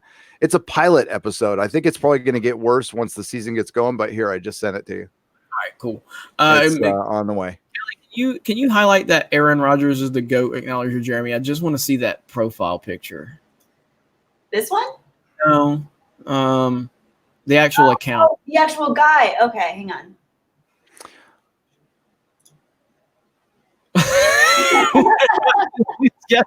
Oh, that's so good. The pack. You people, I really do. I really do. Is 3PO? He's not backstage, right? No, I don't see him. 3PO, we're not even gonna wait on you. This ship has got to sail with or without you. We're trying to bring a handsome dude in here, but apparently you're just too good for us little people. And did Mahler do a mini EFAP? Sorry to interrupt. On Batwoman? Oh, we got to watch that. That's some must-see TV right there. Our buddy Mahler. Yeah. Somebody, Oh man, Jedi Bunny. If you want to get some minutes, we can get the long man on here. yes, And, get Mauler on here. he's good. He's a nice guy. Mauler is He's a very amazing. nice guy. His reviews of the Game of Thrones, the last few Game of Thrones episode, he's really funny. Yes. Mauler. That's what you thought Mauler was in your stream the other night, Gary, when you were closing it out. You're like, is Mauler here? And no, what it was because again, I think everybody knows I'm too humble to acknowledge the fact that I have more subs than John Campia. I'm not going to bring that up. Oh, we're not going to bring that up. We're not going to bring it up. I don't think it's nice to bring up that you have more subs than somebody who is allowed to review things on Rotten Tomatoes. Yeah, I don't think that's right that I should bring that up. But anyway, we're in the chat and they said, yeah, but what about Mauler? And I said, well, I was like, Mauler's better than me. Here's John. Hang on, let me get him. Hello. Hey. Facebook link, man. Facebook, what are you, a freaking old man? I'm sorry. We're trying to be positive, John Clipio. All right, I wrote this for Jeremy because his favorite movie, so. Like Black Panther. I was called a KKK member because I gave it an 8 out of 10. These people are crazy. I know, that's why I'm like, I sent it on Facebook. I'm like, I haven't logged into my Facebook on my computer in about 13 years. So I'm like, the password wasn't saved. I'm like looking at my phone, like, what is my password? It's like some weird thing, like Gorilla 8 Cheese 116. So like everyone's gonna try like that. Like, gosh. All right, thank you, Kelly, for inviting me. Yeah, Kelly, You're welcome. 3PO, meet Kelly. Very nice to meet you. She says she loves me, so that's how that goes. I saw John 3PO's video on Geeks and Gamers recently, where he was addressing some of the backlash that he was getting through you were uploading a podcast or an interview with that guy. I don't know, but it was really that was fun. Said, very well spoken. And you have a very soothing voice, by the way. Why, thank you. That didn't help. My latest video on Geeks and Gamers did the worst it's ever done on that that channel in maybe 15 years, but that's okay. What's that? The Mario Land one? Dude, that's just not a. It's not a. It's all not good. I mean, it's fine. It's not a good like. This is why never call me again. No, you got to just title your video. Kathleen Kennedy's going to get fired, but in the meantime, I'm going to go to Mario Land and talk about it in the video. No, dude, look, 3PO. I'll be honest. I thought about putting Galaxy's Edge in that title just to kind of get the algorithm going, but I was like, I'm going to keep it pretty straightforward. What is wrong with you, Jeremy? Why are you holding back? Look, man. You know the game. That's the game. Hey, you didn't. Hey, did you make the rules? Did you make the rules, Jeremy? No, but I knew I was going to be streaming with Kelly soon, and I had to behave. So, no, but this is. I mean, again, just so everybody understands, every single person on this is all part of the Geeks and Gamers team. These people that I'm friends with, that I know, I've met in real life, hung out with them, and they're very special to me. And I'm just happy that we're all here to do this. And I want us to do. Again, I know we're setting a precedent right now, with like Gary and I, with like everybody is going to want us to come on their channel and help them. And we're going to want to help as many people as we can, but this wasn't just something where, like with Ryan. Okay. I met Ryan, Gary and I met Ryan. And honestly, I didn't know this. This is what's great about myself and Gary. I didn't know Gary had the same conversation with Ryan that I had. We both separately told Ryan he had a ton of potential and he needed to start a channel. I didn't even know this. Wow. I think we kind of mentioned it to each other, but I didn't know that we actually had separate conversations with him, about that until after the fact. I think he mentioned, he's like, yeah, Gary said the same thing to me. Like, this was after he started his channel. And so Ryan just came out of nowhere. I know a lot of people are like, where did Ryan come from? Why is he so special? There's so much jealousy for Ryan. Dora. I love that. And so Ryan, we met him and it was great getting to know him. He started his channel and he's coming out of nowhere. And then we did that stream on his channel, the hater stream that Kelly, we're in the chat the whole time. And luckily he got monetized. He got the watch time immediately. And so with Kelly, that was crazy. Yeah. And so with Kelly, I've known Kelly for about a year now, and we've become really good friends. And she's meant a lot to me just on a personal level, and she's done some stuff with me on Geeks and Gamers. And so Gary and I, when she did that live stream when I was in New York with Gary, I just said, like, hey, if you're gonna do this now, like, Gary and I'll come on and we'll get you the watch time. And this is something we want to do more of, but it's not just something that is going to be earned by just like, hey, I don't know you and I've never talked to you before, but can you come on live stream it? You got to earn. And I'm not saying like be here, show that you have passion for it. Kelly has literally never asked me for help, but I'll do anything in the world for her. I've asked for help and I got a t-shirt out of it. 3PO at this point, like 3PO is the yin to Kelly's yang in terms of like everything Kelly isn't, he is. He's annoying.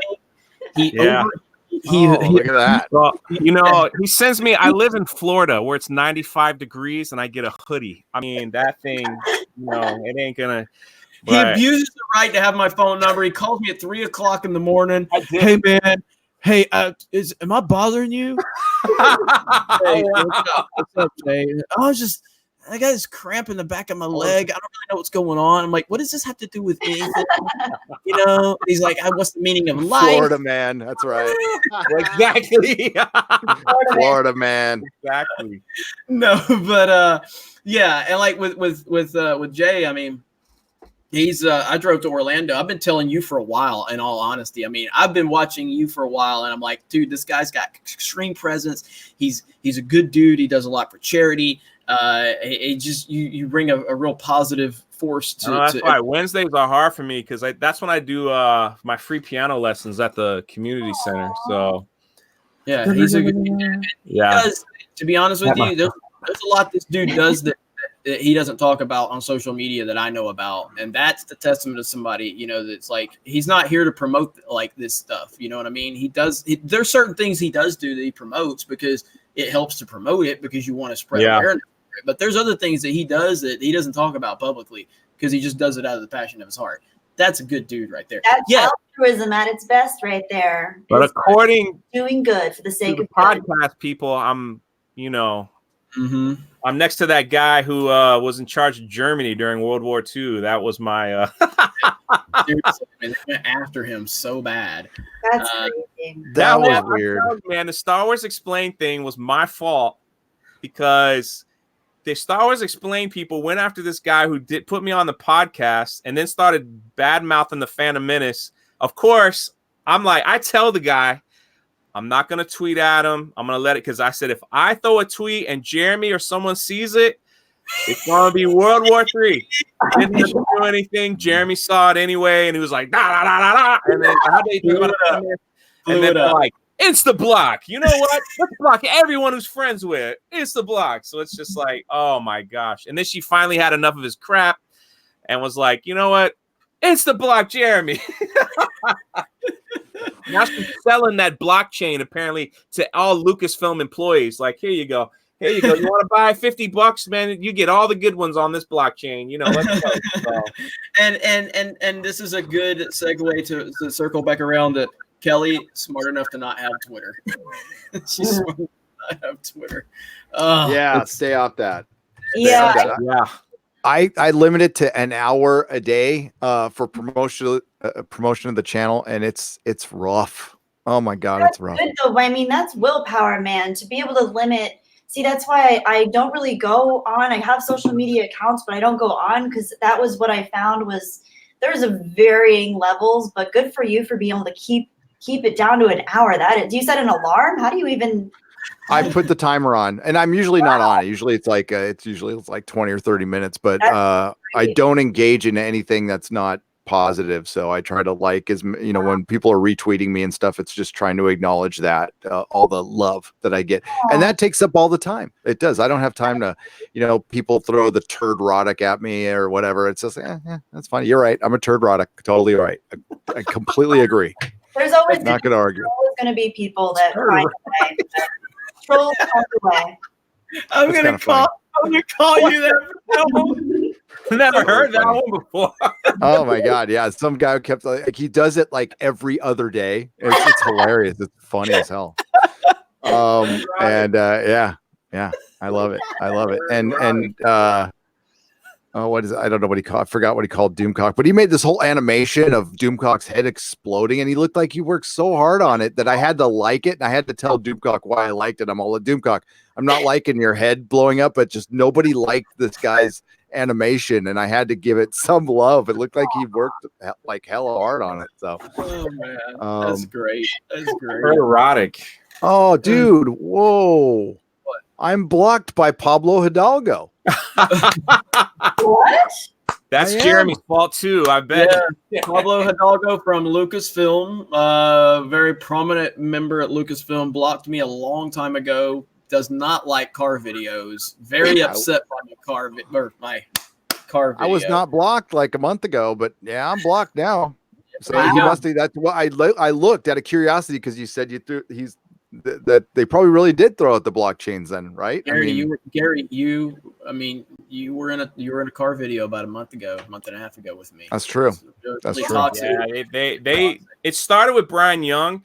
He started advertising on his Twitter. He's like, "Hey, I got a great block list for everyone who doesn't want to hear from these type of people. Let me know. I'll send it to you." You know, and then that's when so he started it. My good friend Brian Young, and yeah. What are you looking for? I'm looking for something. That's great. Like never listen to your detractors, because if you go through life never listening to criticism, then you'll do nothing wrong, right? I mean, sure. Okay. I don't care. I would never like tweet at the guy ever. So yeah, I mean, Gary does do a good job of staying, above a lot of that for sure. I need to. I guess I don't know, man. Like my mentality is just to fight and to go after anybody respond. But it's probably mentality or sickness. Probably both. Probably both. So I got like musical instruments here. Oh wow. What is going on? Yeah, I hear like a guitar banging in the background. You notice how negative the show got once 3PO shows up? I mean, really, you notice this? Dude, on a serious note though, I'm loving what Jesse's doing with the Exaggeration Nation with the oh videos, man, great. What is wrong with him? Why is he eating so much? He's $16 at Taco Bell. You even told him, you're like, dude, stop. Like, he's just eating all this Taco Bell. I mean, it's funny. Kelly, you don't eat Taco Bell, do you? Not anymore. I went through a huge Taco Bell phase after high school. I used to go to Taco Bell like weekly. I love Taco Bell, but I haven't had fast food in a long time. I try to stay away from it because, I don't know, just don't feel great afterwards, Yeah, it's horrifically bad for you. Yeah, I try to be with my relationship with food is, even if it tastes great now, is it going to feel great later? And if it doesn't, I'm not going to partake. So see, she's smart. She's smart. I say this all the time. She's very, very smart. She's a lot smarter than I am. So I just had Five Guys today, and it was definitely damn good. So, it was damn good. But yeah, Five Guys considered fast food though? No, that's healthy, man. That's like practically drinking water. Like a kale salad, pretty much. Yeah. Kale salad, Five Guys, same. Yeah, exactly. I often confuse them. Yes. They even look similar. All the leafy greens that they put in there, and just the vibrant mix of fresh vegetables. It's really impressive how they keep it together. I feel like I'm walking in the Shire when I walk into one of those places. So. I can hear Howard Shore and flutes. Wow, Five Guys. Yeah. There's a Obi-Wan 2783 says #cancel Jeremy now. I have some In-N-Out for you. Oh, I miss In-N-Out burgers. I've never had In-N-Out burger ever. It's pretty good. It's amazing. I mean, I'll be in California next year, so yeah. When you come? For celebration? Celebration, yeah. Oh, okay. I'll be Kelly, there. you coming to celebration next year? I don't know, man. Crowds freak me out. Big crowds. I'll be there with you, but I'll probably be confronting a lot of these soy boys. I'll be there. Like, oh man, I'm like a giant. Like, don't worry. Like, they won't. But here's the thing: is like when me and 3PO are together. All right, so here's what happens. All right, we both, I guess, take stupid pills because we've both been to Disney 100 times. Okay, anybody that goes to Disney, that drives to Disney understands that you have to take a picture of the parking lot area that you go to. Oh. Yet me and this idiot Neither one of us think about that. So we just walked out. We just walked to Animal Kingdom, and we come back, and of course, this genius 3PO blames it all on me. But like it was a joint effort of a failure. It was a joint effort. All right, Kelly. Isn't it normally the driver's responsibility? Thank you. Yes, typically when it comes. I was loaded question. That was a loaded question, and she's too sweet to not tell you. I was like celebrity struck. I'm like, I'm with Jeremy from Geeks. I remember when Jeremy had 60,000 subscribers, and I was there, and I throw him $1 super chat, and he would read it probably wrong, but that's okay. I was like, yeah, and I'm like in the car with him, and I'm trying to like not like embarrass myself, and I lose the car. So like that's how it is. I hear it. Christy, Whataburger is not better than In-N-Out. No way. No, sorry. I was a chat. The counter is better than In-N-Out. And if I get you guys in LA, I will take you to the counter and buy you $30 hamburgers, and they will be the best thing you've ever had. And those are practically, those are healthy. I mean, as far as meat is concerned, but the counter, sorry. And yeah, Jeremy, it's your responsibility. The counter is, if it's still around, because we had I think it's in Burbank. It's a gourmet burger that you they only get like grass-fed beef, and they get it that day, and you pick your burger, and by the time you're done, and I'm not kidding, it's $30 to $32 just for the burger. And it's this high-end chef who does it. They had one up here in Marin. They still have one up here in Marin. And I would go there like once a month when I was working my my blue collar job, and have my counter burger. It was magnificent. That's awesome. Yeah, it sounds good. I say next time we're in California, I'm in California. You're gonna take Kelly and I there. Gary. I will. Yeah, you guys are ever even in LA, I'll come down.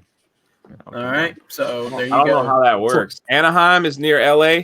No. Yes, it's south of LA, about 40, 50, south 60 of LA. miles, something like that. South of, yes, Anaheim is south of LA, north of San Diego. And I grew up in San Diego in North County, so I was always 60 miles away from Disneyland. But now I'm 500 and some miles north of LA. See, I need someone to find me a hotel. I got you. I got you. There. Jeremy can hang. Yeah, I'm in the godforsaken land. Listen, Jeremy's done a lot for me. He got me this nice tank top, and I don't want to keep asking for stuff. I wear it at the gym. People think I'm racist or something. I don't know. But I do it for the team. I do it for the team. We're gonna change the image of Geeks and Gamers, because I'm gonna send Kelly a bunch of swag. I want that. See, we want the jacket you're wearing now. That's what we want. The one that you had in New York was the jacket. The zip hoodie. Yeah, I love the zip. Whatever the zip one is that you have, that one's the best, man. I have those custom made, and they're gonna cost a lot for me to mass produce those. A lot. You don't need to mass produce. Just get them for the ones that are making you all this money on your channel, and you can take a little bit of that. And all right, peer pressure, you win.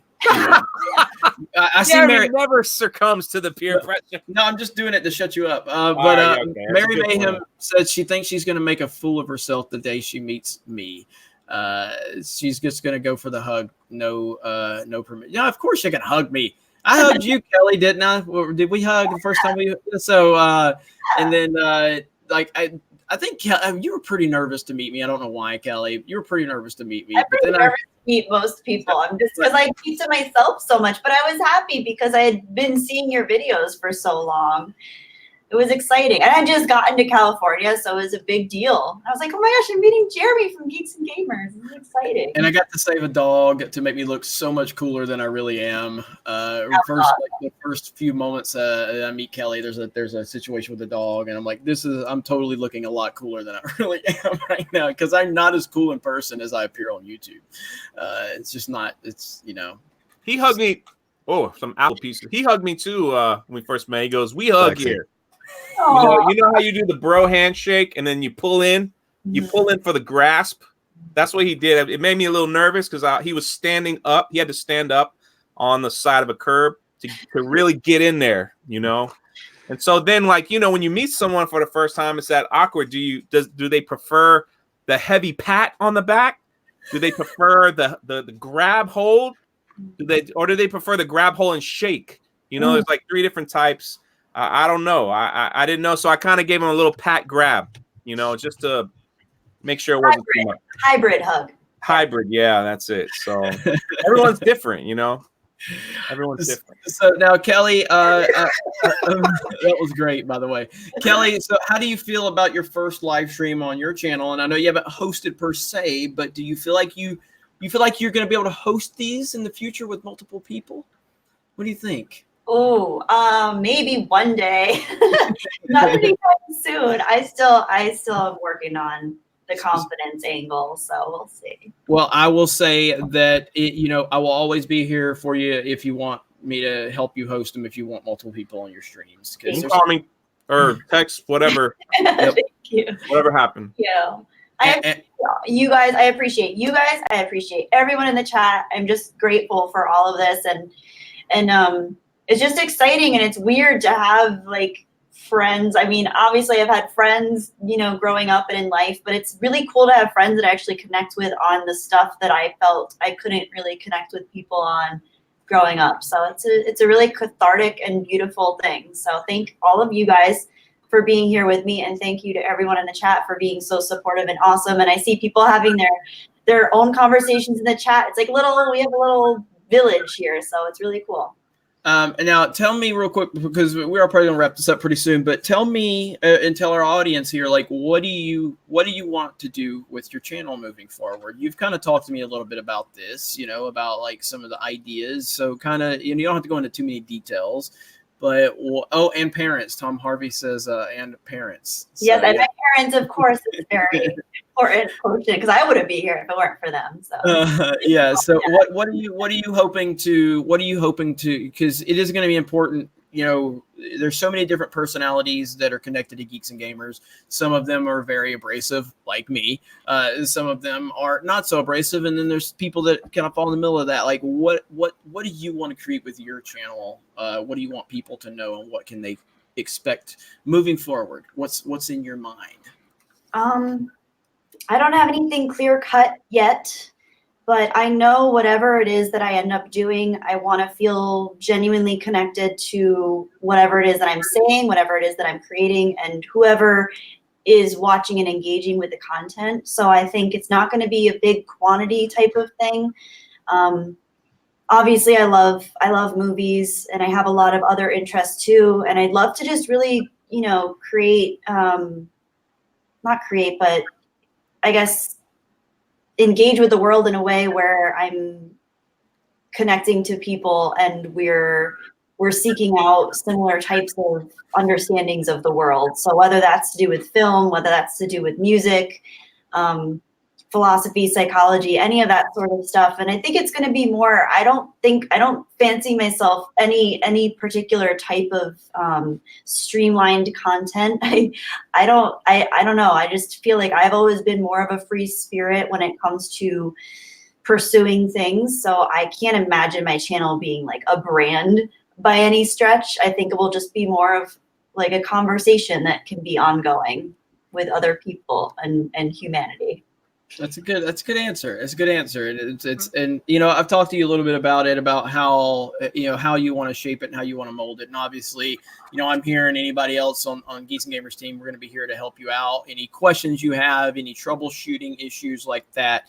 But I do have all the confidence in the world, and I've been telling you that for a year now, you know, that I think you definitely have, you know, something, you know, because you're different than anyone else, which we kind of all are. I mean, like, I'm not as needy as 3PO, you know. That's for sure. Gary looks like, you know, he's our Gandalf, you know, he's the wise, you know, sort of magical one. After the Balrog, he's post Balrog, so he's really, really powerful and wise, right? Look at him. He likes that. Yeah.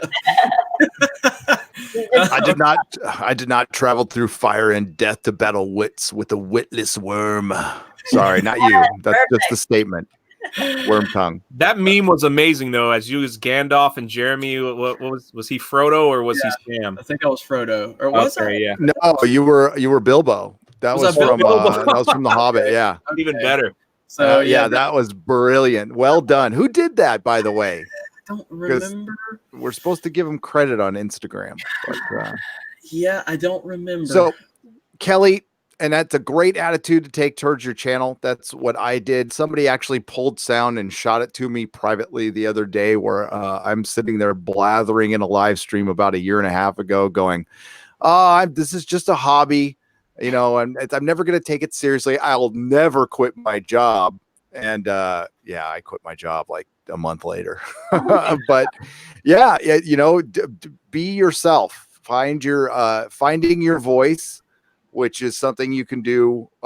It takes time to figure that out. Jeremy had to figure it out. I did. Drunk 3PO found it out the day he was born, but that's, you know, some of us are not as great as Drunk 3PO. But yeah, that's 5,000 subscribers.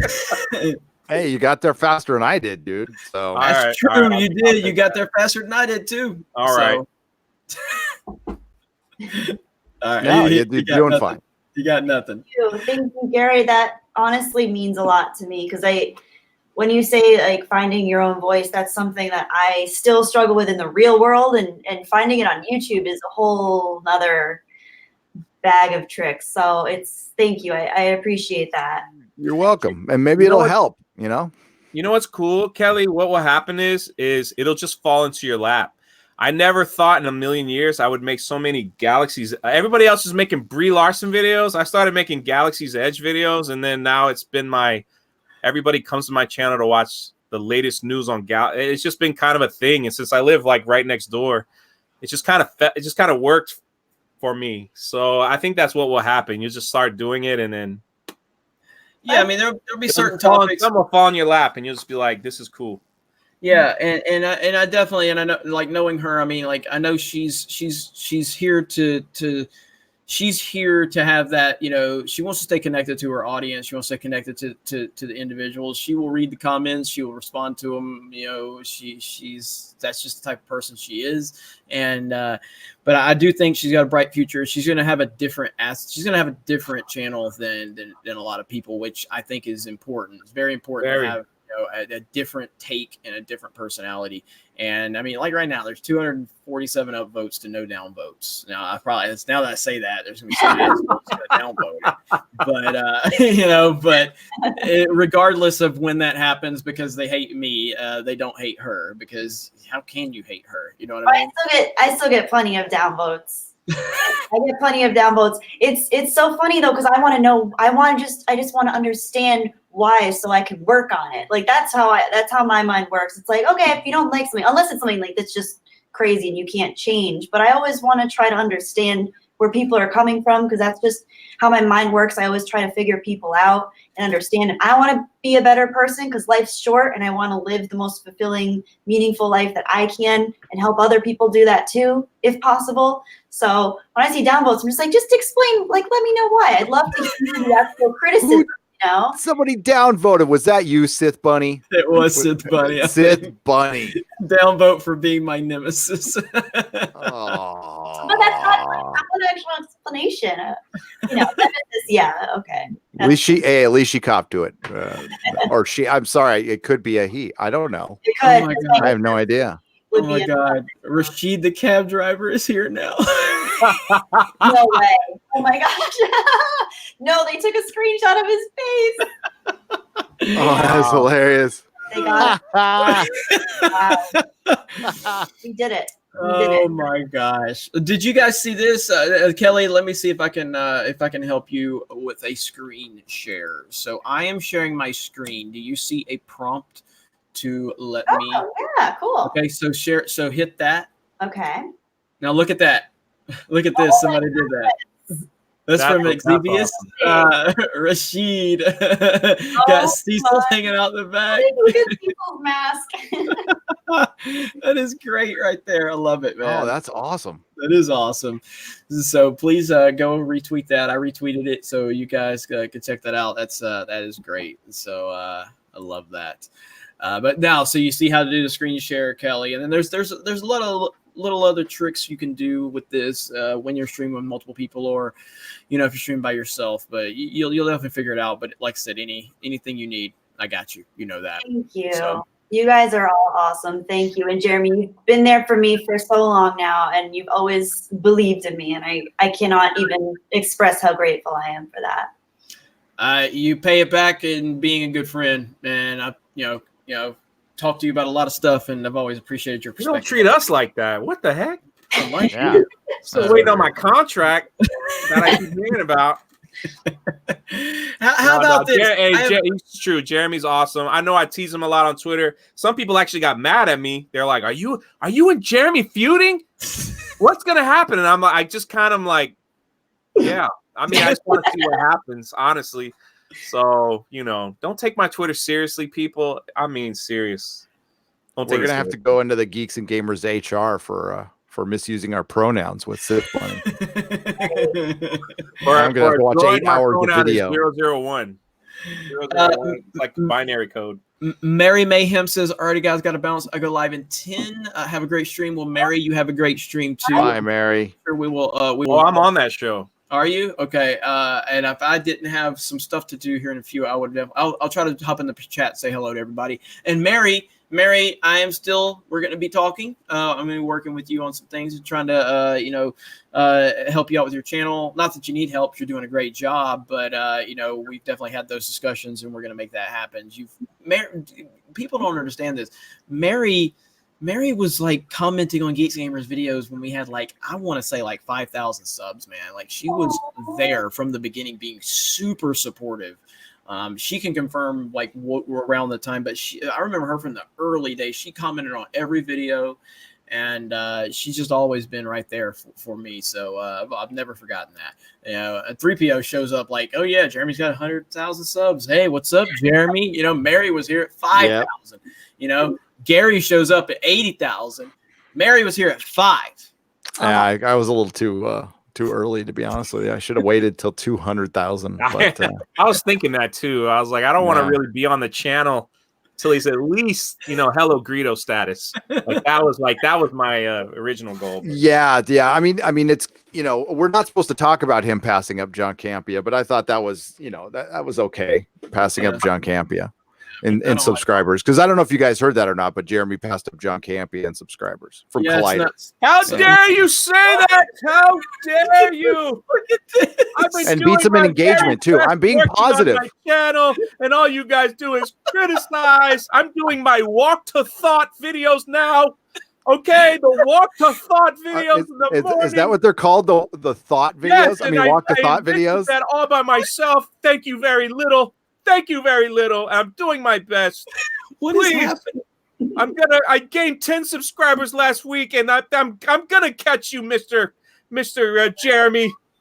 Cousin Humper. You're supposed to call him a cousin humper. But I'm being positive. I mean, it's very good that Jeremy passed John Campea in subscribers. And he also, I think it's very positive that Geeks and Gamers also doubles his engagement in videos too. I think that's a very positive thing. It is. It's very positive. Oh, yes. God. 3PO, I hate you. All right. So we're going to wrap this up. Kelly, from the bottom of my heart, I appreciate you. Thank you for allowing us to be here. It's been fun. We'll do it again, too. We'll kind of see how the numbers kind of look by next week at this time. Are you planning on, and you're kind of like me in this area where you just kind of I think I'm going to live stream. I'm not going to plan this out. That's how it was when I did it. Probably because my schedule is kind of wonky and I don't know, day to day how I'm feeling. So probably that's going to be how it is. I can't imagine having scheduled things at this point. Yeah, I know. It's okay if after you guys have to go, if I stay on and just say hey to everybody. Oh, yeah. I think that would be great. Great idea. That's why she's the MVP right there. That is such a good idea. Exactly. I've been ignoring a lot of people. I'm going to say goodbye first. Kelly, thank you so much. You know how to get in contact with me. Jeremy, thank you. Gary, always a pleasure. I can't wait to see what Miss Nerdrock did with the shirt. That's going to be pretty cool. So I can't wait. I if she could send me a picture for my Instagram, that would be great. But she will. I totally get it. She will, for sure. Oh, yeah, man. A lot of surprise. Much love to everybody. I'll see y'all. All All right, buddy. Have a good See you, one, man. Bye. All right. Yeah, Kelly, I think that's a great idea. The other thing too, I was gonna say just, and I mean, I don't know if you'll be available, but I just want to let you know, like we do a stream on Gary's channel on Friday Night Tights, and he pretty much includes pretty much predominantly geeks and gamers people. But if you wanted to join us this week or any week, if your schedule, like what time do you do that, Gary? 5 p.m. Pacific time. Okay. And we can even make it like we can make sure it's tailored to be a positive show. And Oh, it's no, not no, like, don't do she that. won't care. No, she won't care. If you bring her on yours, she's fair game. She's all like whatever, F it. Like Yeah, at that point, I'm gonna be cussing and ranting and doing Jeremy stuff just because this was her. Yeah, I just said it for this because it's my first live stream with guests, and I didn't want it to be like sterilized and neutered and boring. I just wanted it to be kind of aiming towards things that were a little less transitory in the news, maybe. Not necessarily all positive and happy sunshine rainbows, but I want to try to reframe things and not get into the trenches of darkness necessarily with all the news going on for the stuff that we love. So that kind of thing. But that stuff all exists too, and it's important. God, it's a nice break though. It really is. No, I could tell. I'm telling you, Kelly, it was a nice break for us. So when we're repeating that, it's almost like us reminding ourselves because like we just kind of there's so much negativity in the entertainment industry that we have to cover is necessary evil. But it is nice to not really go down that road. But yeah, we have to remind ourselves. So. Yep. And once in a while I do them. I'll do like my positive recommendations, like what is current TV that I'm still watching that's good. And I'm about due for one of those things right now. See, I was thinking of doing something like that with stuff that I love, shows that I love, music I love, movies I love. Because when I first started going down my channel route, I was I was very reactionary, and I was reacting to trailers, I was reacting to movies. And then I kind of realized I was developing this persona that I didn't really like. And it felt kind of just inauthentic to who I was. So that's why I want to kind of do that. I love that idea of things that I like, things that I enjoy, things that are going on that are actually good, well executed, and worth engaging with. So it's good for our minds too. It's not to constantly be dwelling on what's going wrong.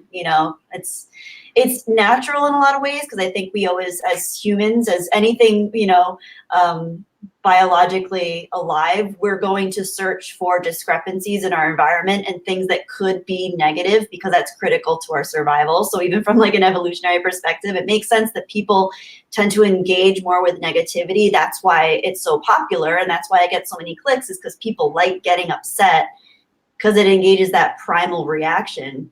But I've just noticed for me, it just takes my health bar down a few notches. So it makes sense. It makes sense. Yeah. So if you just hear it chat, so Gary and I are going to be bouncing here in just a minute, and Kelly being the awesome person she's like, I'm going to stay and talk to everybody because I haven't been engaged with people. Yeah. So that's what she does. So Gary, any closing thoughts for you, sir? No, good luck, Kelly. In the future, I will be watching, and anytime you want to come on, let me know. And anytime you have a question, let me know. Thank you, Gary. I appreciate it. And again, your beautiful environment speaks worlds about your inner world. So I appreciate you. I appreciate what you do, and keep up the amazing work. And I want to for when you do upload your video talking about what you are watching that you like, because I'd love I'm always open to hearing suggestions. Sure thing. Thank you very much. Thank you. And so Gary, real quick, so all I have to do is click that link that you sent me and I can watch Batwoman, right? Yes. So that is sharing my Google Drive. It's in my Google Drive. So you're a good man. I don't care what Kelly says about you. That's all right. It's probably well deserved. I'm gonna go have some pineapple pizza now. All right, buddy. Have a good one, man. Gary, Take it easy. Bye-bye. Bye. And so yeah, Kelly, again, you know, I'm very proud of you for doing the live stream that you did last week, and then the video you did the week before, and now this one. So I think this stream's going to do really well for you, and we're definitely gonna get you where I want you to be, which is monetized, because I think, again, it's not a focus of hers at all. It's a focus of mine. She's produced a lot of good content for Geeks and Gamers. She's been a good friend behind the scenes, and it's just been a pleasure to know her. So anything you need from me, you know I'm here. So thank you, Jeremy, so much. Like this is awesome. It's very surreal for me right now.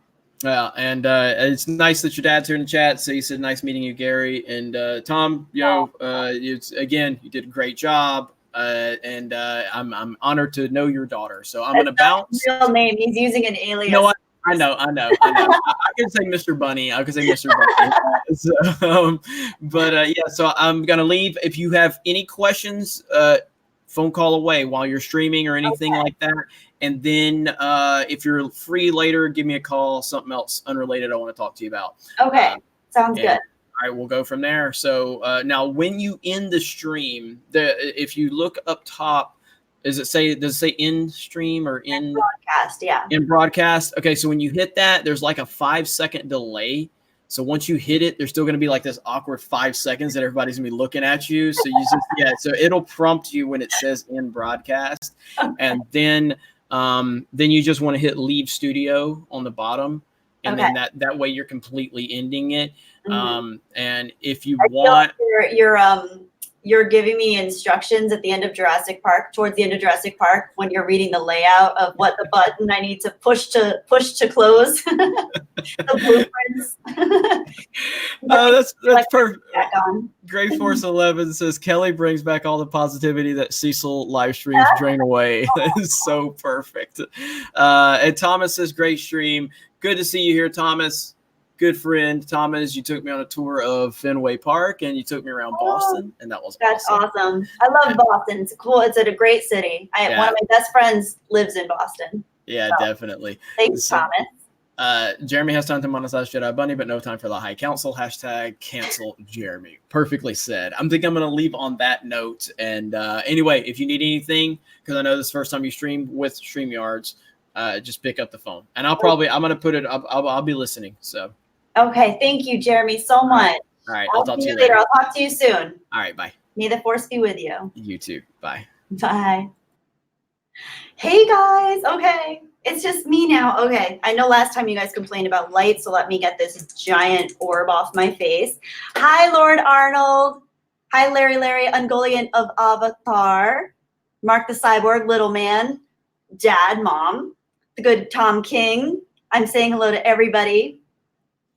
Good to see you all here. Thank you so much for coming to this stream. Does anybody have any? Yes, I did. Caffeinated comic books. I did just quote Jurassic Park because Jurassic Park is awesome, and I'm wearing a Jurassic Park shirt. We have a T-Rex. Hi, Obi-Wan. Hi. I don't want to say your actual name, but yes. Hello. It's good to see you here. Hi, Bill West. Gray Force. I actually watched the Cecil show yesterday. It was awesome. Thank you, guys. Where is Nova? Asked Peter Han. I don't know where Nova is. Oh, she's sleeping. Hang on. Can you guys see? She's sleeping in her cat tree. You guys see Nova sleeping in her cat tree? Little cutie pie. Yeah. Nova. I don't want to wake her up. Thank you, Caffeinated Comic Books. I love your screen name. It's awesome. All right, let's see. I have to get back in the zone of reading your guys' comments. Yeah, Nova's a cutie. She's the best. Thank you all so much. Sorry, I'm trying to figure out where to look. Thank you all so much for showing up and being here. It's a weird transition because I feel like I was talking to everybody on the screen, and now I'm talking to you guys. So thank you for being here so much. Yes, Tom, Nova did hear me. She's very sensitive. Thank you, Sith Bunny. Oh, Sith Bunny says, I think it weakens me each time I say this, but you've done a great job tonight, my arch nemesis. P.S. Recenter my camera. Okay. Is that centered better? I never know what to do with my camera because it's the computer's up kind of high, so it's a weird angle. Ungoliant of Avatar asks, am I going to update my background now that I'm in the big ting? Gotta hang up some sweet Star Wars stuff. Oh, that's interesting. So growing up, I always had a very typical geeky background, not background, but my room basically growing up was full of all kinds of odds and ends, all my Star Wars toys, Lord of the Rings toys, posters, and all of that kind of stuff. And even my last apartment was a little bit more cluttered. And I decided when I moved out west, I wanted it to be more zen and peaceful to kind of reflect my more zen, peaceful, what I want from my mind. So that's why it's a lot of plants and a little clear, but all my Star Wars stuff, Mom and Dad, if you're still watching, you know where all my Star Wars stuff is. So it's in good hands, and it is in healthy storage right now. Thank you, Joel Barnes. It's good to see you here. Mild Peril, I'm sorry, I know no interaction with chat. I really wanted to, but it was very difficult for me to have the conversation with everybody that was on screen as well as I was reading the chat as we went, but there were so many times when someone else was speaking that I didn't want to interject and interrupt them. So it was really hard for me to engage with the chat. And if I started typing, and I typed a few times, I think I said hello to Stephanie and Ruthie a few times, and I was really distracted. So I tried not to do that too much. JP Go Truck. No, I'm not going to try that. Okay. There are 2 strays at your apartment complex. They're super sweet kitties. I need them. Oh, Nova is an only child right now. I love all types of animals and I love strays, but that's very good that your mind even goes there, that you want them to have a home. Carlos Garcia says, it always seems like I'm sitting on the floor Japanese style. Typically, if I'm at a party or a social gathering, I do like to sit on the floor because I don't know, I enjoy sitting on floors. It's an easy way to sit. But right now I'm sitting on an ergonomic chair, and I have my feet up and the computer's here, and it's taller than I am. So maybe that's why the angle looks like that. King of Ruckus, it's good to see you here. Thank you so much for coming by. And Demon Sky Synthwave, I always have a hard time saying your name.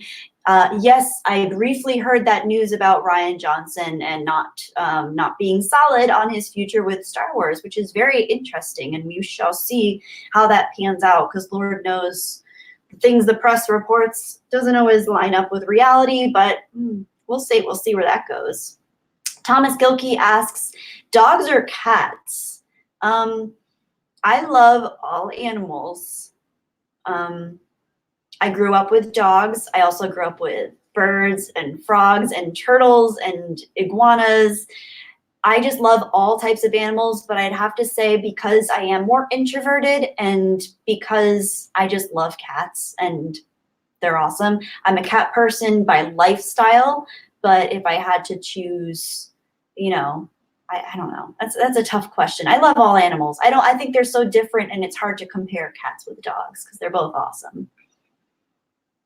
Cats are easier in terms of maintenance. That's for sure. Well, maintenance, I'm talking like their cars. But yes, cats are a little bit better at self-regulating. They can regulate their eating. They can regulate their drinking a little bit better. And you do not have to take them out. It's not a requirement to take them out to do their business. They use litter boxes, which is very convenient. So cats do make it a lot easier. And yeah, my parents, though, if you guys are here, they have a dog, and she's a Rottweiler, and her name is Nina Bear, and she's like my little sister, and she's awesome. So yeah, dogs are awesome too. Yes, little man, cats are awesome. Thank you, Thomas. I'm glad you like the answer. And yes, Tom King, I agree. Yes, there's Kelly, says, where's Kelly, says Jeremy Swiggs, over there on the floor. Yes, that's true. I typically, if I ever do make it out in a social context, I'm typically in a corner.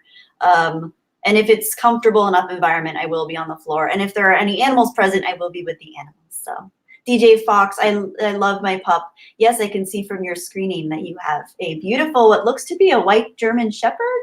And he's absolutely beautiful, or she's absolutely beautiful. JP, go try. Gotta run. Thank you so much. Thank you so much for being here. I appreciate it. Oh, Got Rockets. Thank you. Got Rockets. I got it. All right. Thank you for doing the phonetic pronunciation of that. I appreciate it. And Jeremy Swiggs, yes, Rottweilers are beautiful, cuddly babies, and I absolutely love them.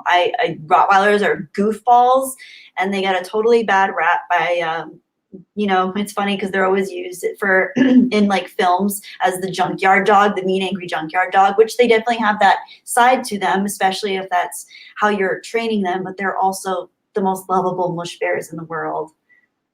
Sith Bunny, cats rule, dogs drool, literally. But dogs are okay, cats are just better. Yeah, I try not to take sides, but I absolutely do love cats. And I love dogs too, and it's so hard to choose. DJ Fox, he is a husky. See, I thought by how big his ears were that he was actually a shepherd, but I actually grew up with a husky, a Siberian husky, and she was the most amazing animal. I mean, she was just like wise and so tuned in with her environment. It was absolutely incredible. Adam, and this is Rocky. Ooh, what type of dog is Rocky? I can't tell because the profile photo is kind of small, but he's, let's see. Oh my gosh, is he a mutt? He looks like almost like a Great Dane or Boxer Shepherd mix. What is Rocky? He's beautiful. King of Ruckus, I have not seen the Joker yet. Have you seen the Joker, and did you like it? Please let me know. I'm actually very curious to know what you think.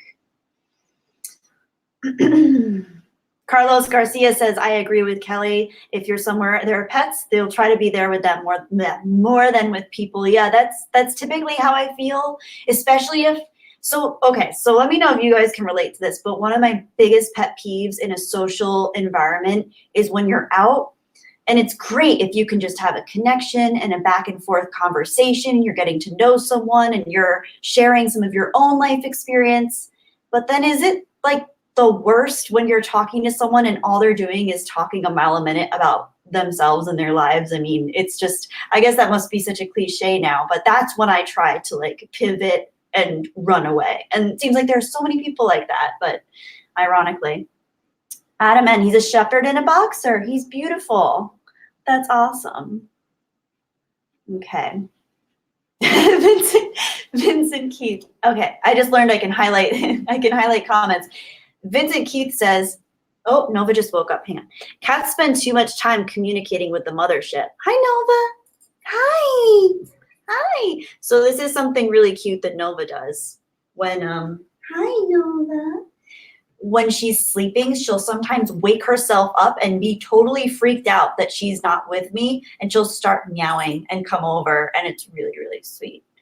Darth Dank says, I hate when people talk at you. Exactly. They're talking at you, and it's not even a connection. There's no real connection there. They're just kind of spewing out their own inner monologue that they've probably told hundreds, if not thousands of other people. And it just boggles my mind how those people have absolutely no social cues.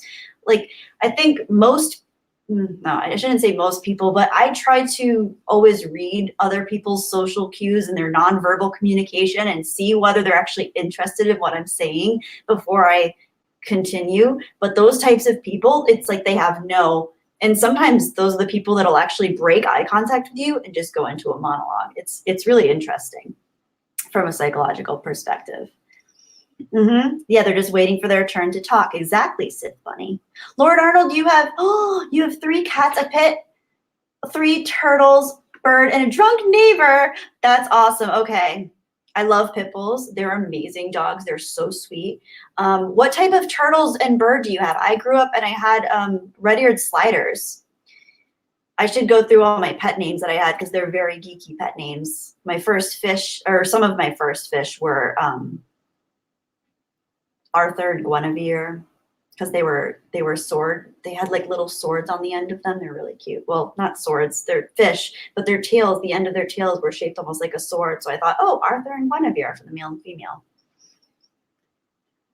Tom King, a lot of people have Asperger's. Yes, that is true, but I don't know if that's necessarily what's contributing to their social narrative or the way that they construct themselves socially, because I tend to find that people with Asperger's might actually be more self-aware. I think it tends to be more narcissists that they're so insecure that they need to regulate their own understanding of themselves by continually just professing what they think, what they feel, what they've been through, their opinions, their perspectives, their lives, without actually garnering any information from the opposite or the other party.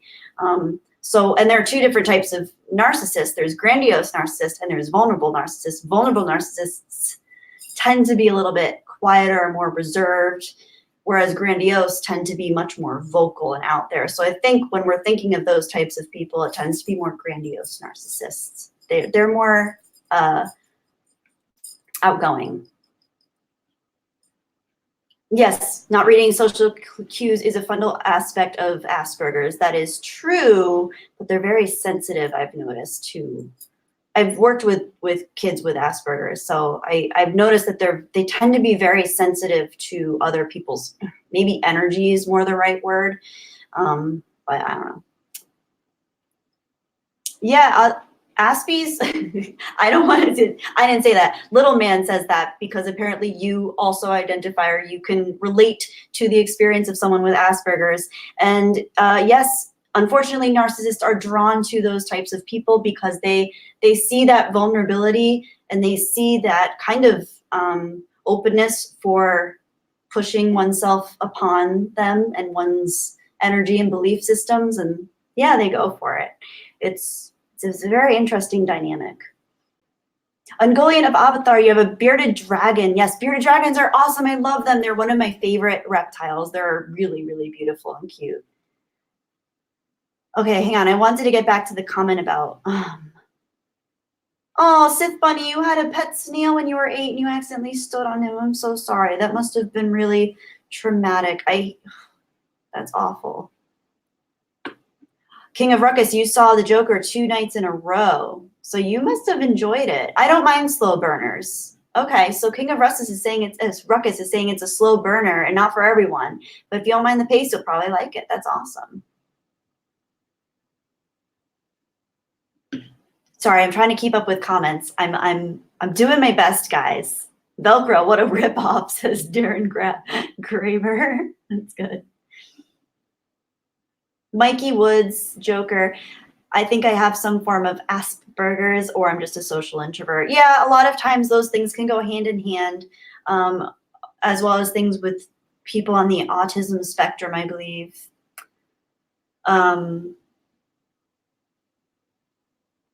Yeah, mild peril, that's true.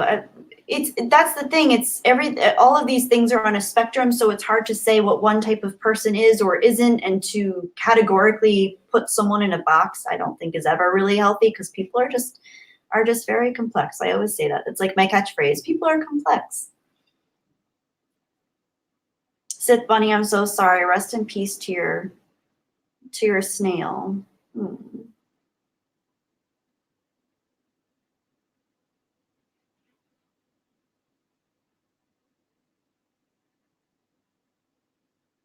Mark the Cyborg says you're taking your father to see it during Canadian Thanksgiving this weekend. It'll be your second viewing, and you rarely see things twice in theaters these days. That's cool. So you must have enjoyed it. I'm glad to hear people are enjoying it. While Vincent Heath says no interest in seeing the Joker. Yes, Tom King, human psychology is still a proto-science. You always have such kind things to say.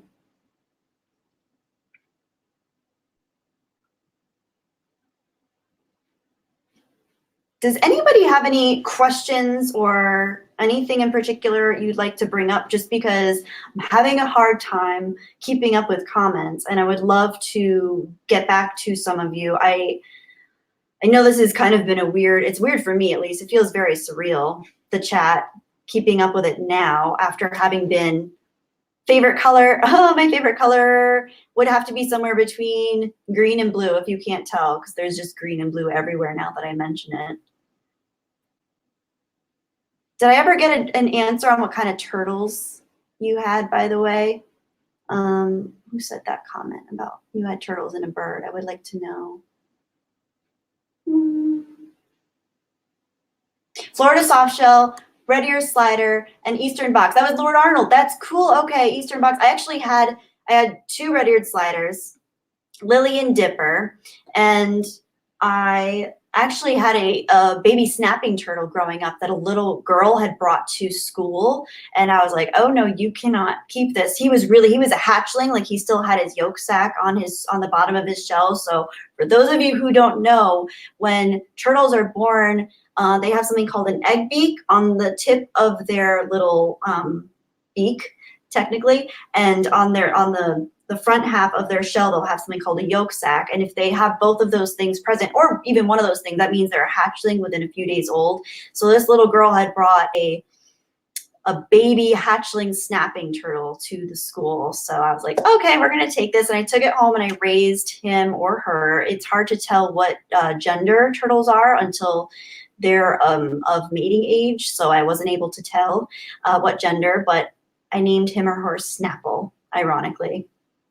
You know, very creative of me. Snapple was the name. And I raised it till it was old enough to hunt and eat on its own. And then I set him or her free in the wild. So turtles are awesome. Reptiles in general are awesome, as are amphibians. Bill West got to run, wife on her way home, and it's time to make dinner. Oh, Bill West, that's very nice that you're making dinner. I hope you enjoy your dinner. Caffeinated Comic Books asks, what's my favorite Star Wars character in any era? Luke Skywalker, always 100% Luke Skywalker. Mr. Charles asks, would I go to space? Yes, 100%, absolutely. I would just want to be sure that I made a return trip home. I don't think I'd want to go on a one-way, knowing it was a one-way trip. Ben V, thank you. The force is strong with you. Do I think Wedge Antilles will have a big role in The Rise of Skywalker?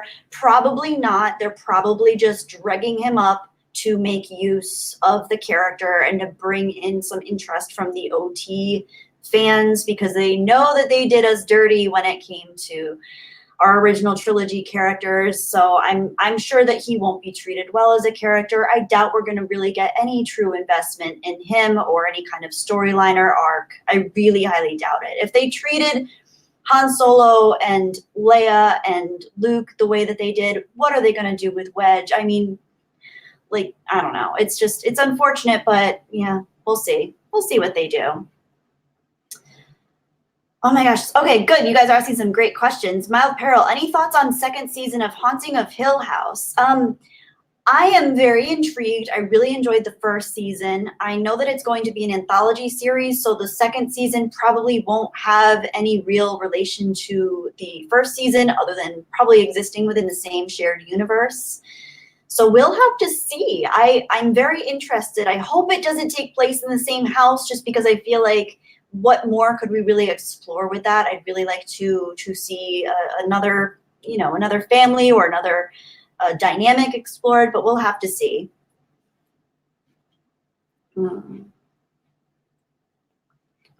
Gary M asks him if I'm seeing Terminator Dark Fate now. Terminator 1 and 2 are 2 of my favorite films of all time. I love Terminator 1 and 2. I am not excited for Dark Fate just because I think we can pretty much safely say at this point that anything they're pulling out of original fandom and trying to recreate with the original characters and stuff, we've seen it done in several movies at this point where it just hasn't been done in the most tasteful way. And it hasn't really been done in a way that's really meaningful to us. It doesn't really add any meaningful plot elements. So I'm not super excited. Of course, as always, that goes with the classification of if it gets good reviews by people I trust, I will absolutely go see it, but probably not going to see it just for the sake of it, even though I absolutely love Terminator 1 and 2, and I would love to see Sarah Connor again and all of that. I just, it's just, I'm not necessarily excited. Yeah, Gray Force. Yeah, Akbar treatment for Wedge. It's very possible, unfortunately. Chris Boitano asks, any interest in the upcoming Breaking Bad sequel movie, El Camino? Yes, absolutely. If there's one show, one series that has done an amazing job with its treatment, it's Breaking Bad and Better Call Saul. I mean, I think The series is close to flawless. It's absolutely beautifully well done. The characters are given so much to work with, the actors.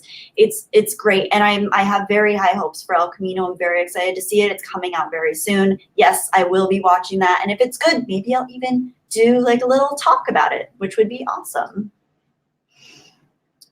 Yeah, woke fate, says Mikey Weeds. Very true. Mr. Derapesh asks, any favorite Knights of the Old Republic character? I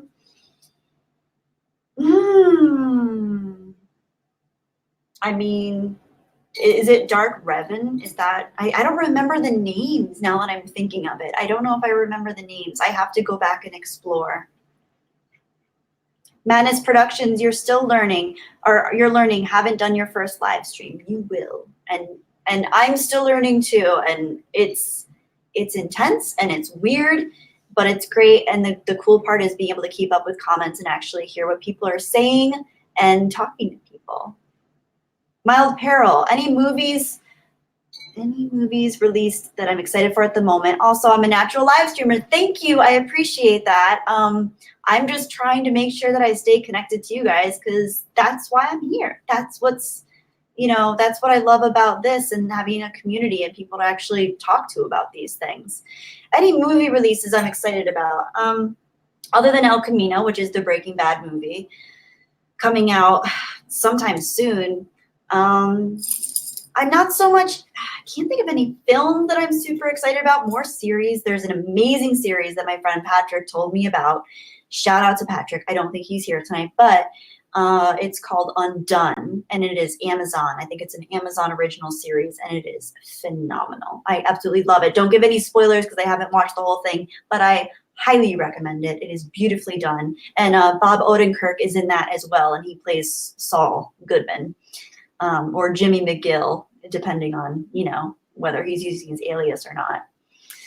Tom King, what did I think of Jurassic World 3? Did I see Jurassic World 3? Is there a Jurassic World 3? Is that the one that they're coming out that's going to have Laura Dern and Sam Neill and Jeff Goldblum? I don't know. See, that's the thing. I don't know what to think about that one because I love that cast. But again, it kind of goes with the same Terminator and Star Wars thing. It's even though we have the original cast, even though we have some of the original premises being explored, I don't know if I trust where big budget Hollywood filmmaking is these days, because I think it's very rare that I'm really impressed by any of the big budget Hollywood things.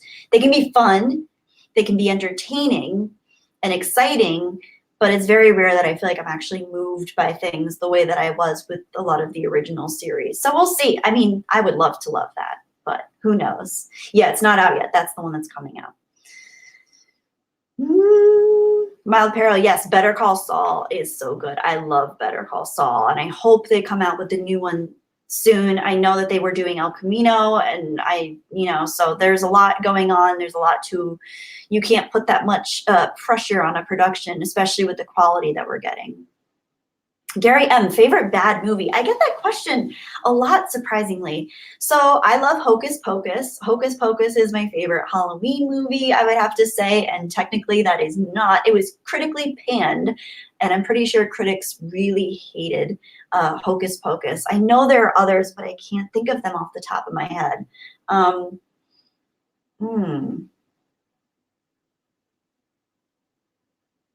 Probable nostalgia bait, says Satanica. Yes, that's true.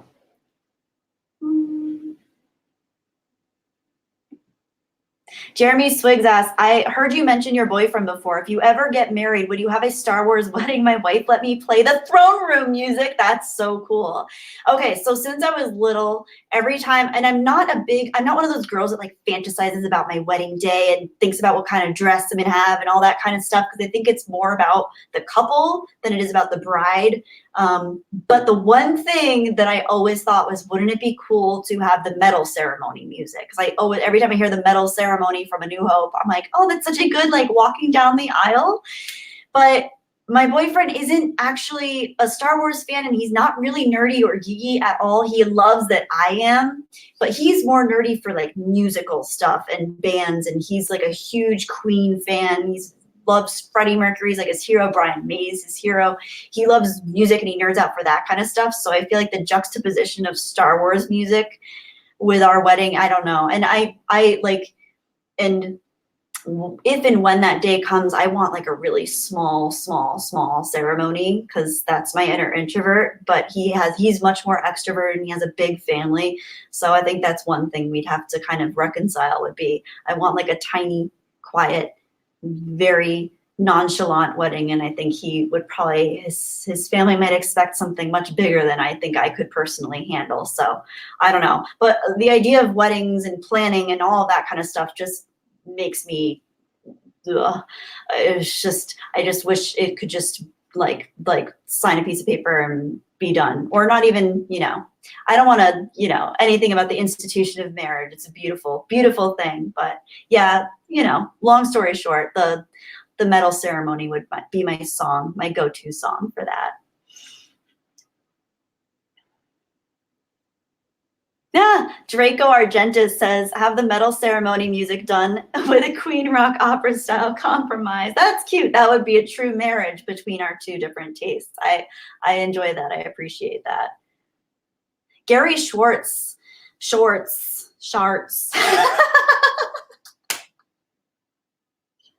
Thank you. I needed that. Gary Schwartz says, how about a Star Wars movie with only a $10 million budget, character driven? Yes, 100%.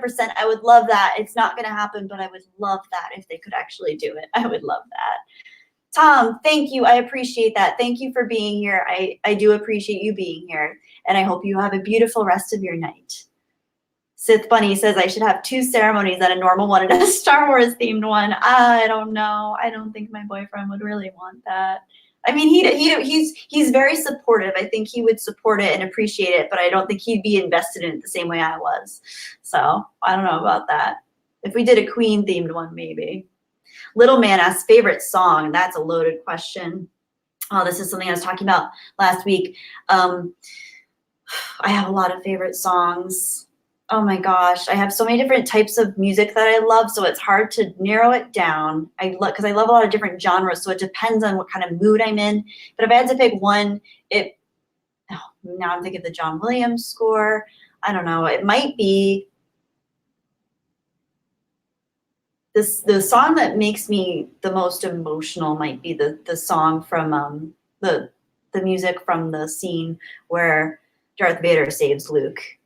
Or they're fighting and then Darth Vader saves Luke. And it's the first time that John Williams used choral music in his score. And it was absolutely beautiful. And you just hear like, whoa, you hear the male choir singing, and it's absolutely gorgeous. And I have chills just thinking about it. And a lot of people say, oh no, there was choral music when they got to Bespin in Cloud City, but that was actually added later, I believe. With the re-releases, because that's beautiful music too when they're getting to Bespin in those little, when they're being, you know, I don't know, those little orange vehicles are going alongside the Millennium Falcon escorted. Gary, I'm glad I made you laugh. Your name made me laugh. Tom Harvey, who is my dad, says the theme from The Good, the Bad, and the Ugly. Yes, The Ecstasy of Gold by Ennio Morricone. It is absolutely gorgeous. And Dad, I can thank you for introducing me to that because I absolutely love it. And there's Nova. Oh, see, Mom and Dad, your grandkitten's here. Say hello. All right. Sorry, I'm trying to keep up. I'm going to go back into more questions. Ooh, Duel of the Fates. Carlos Gracia says, or Duel of the Fates for a wedding. Epic. Yeah, Duel of the Fates might be a little too intense. I do love Duel of the Fates, though. That's my favorite music from the prequel trilogy. Duel of the Fates was beautiful. Amazing. I'm Narkle de Borbo. You like my channel a lot. Thank you. I appreciate that. Sorry, I was spending more time trying to pronounce your name. I appreciate that. Well, Nova's playing again.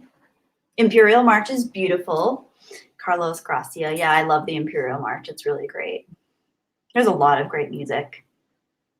The King of Ruckus asks, asks Dad, hey man, your daughter is awesome. Are you a Star Wars fan too? My dad is a Star Wars fan. He's actually how I got into Star Wars, but neither of my parents are anywhere close to being as big Star Wars fans as I am. I think growing up, they might have been a little embarrassed at how obsessed with Star Wars that I am, but now Nova's excited about the couch, but now I think they've learned to appreciate it. Any way to support my channel, just being here is more than enough support. And I noticed Jeremy kept bringing up earlier how he wants to get my channel monetized, which is very exciting and very, very cool. But more than anything, I just want to be here and connect with you guys and have this. Gary M says, the Ecstasy of Gold singer was Joan Baez. Was she the original Ecstasy of Gold singer? Yeah, was she? Favorite Tarantino movie? I love Kill Bill 1 and 2. I know that that's like most people are like Pulp Fiction, Reservoir Dogs, and I love Pulp Fiction, and I love Reservoir Dogs, and I haven't seen Once Upon a Time in Hollywood yet, but I absolutely love Kill Bill Volume 1 and 2 because they remind me of like the old-fashioned 70s kung fu flicks in the first one, and then the second one is just, it's like a Western, and I just love the story. I love the characters, the music, the soundtrack to both of those films is out of this world awesome. I still listen to that music all the time. Tarantino has a really good ear for music and how it goes and juxtaposes with a scene. Tarantino picks out great music for his films, and I just think Kill Bill 1 and 2 are great for that kind of stuff. Makita Gut, it's good to see you here. Hey, buddy. My parents are not part of the Fandom Menace. They're not part of the Fandom Menace. They live their beautiful, quiet lives. They're very outdoorsy. They're each other's best friend. My parents met when they were 18 and 17 and 18. Was it 17 and 18? Or 18 and 19? I think it was 17 and 18, and they've been together ever since. They have a beautiful old-fashioned love story, and I do not think that they would be YouTubers themselves. So they're just supporting me, and they're being awesome. Sith Bunny says, you just didn't enjoy Kill Bill. Don't know why it didn't work for you. True Romance was your favorite Tarantino film, even though he didn't make it himself. Yeah, I know a lot of people aren't big fans of Kill Bill, and I can completely understand that. It can be kind of gratuitous, and I think a lot of people can kind of feel as though there isn't enough soul to it. It's definitely different. It's definitely a departure for Tarantino. It's not his typical stuff. So.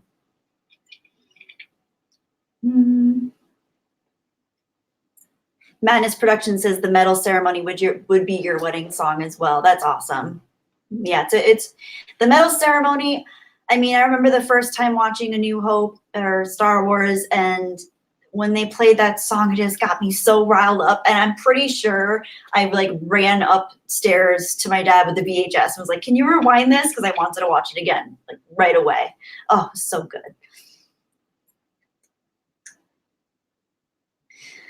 The DX Brother 13 asks, if I could go back and see any movie in the theater, what would it be? You'd go with Empire Strikes Back or Halloween 1978. Those are cool choices. Wow.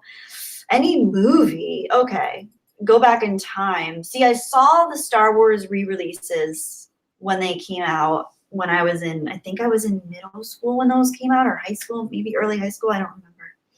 No, maybe I was in elementary school. It was a long time ago. It was elementary school or middle school.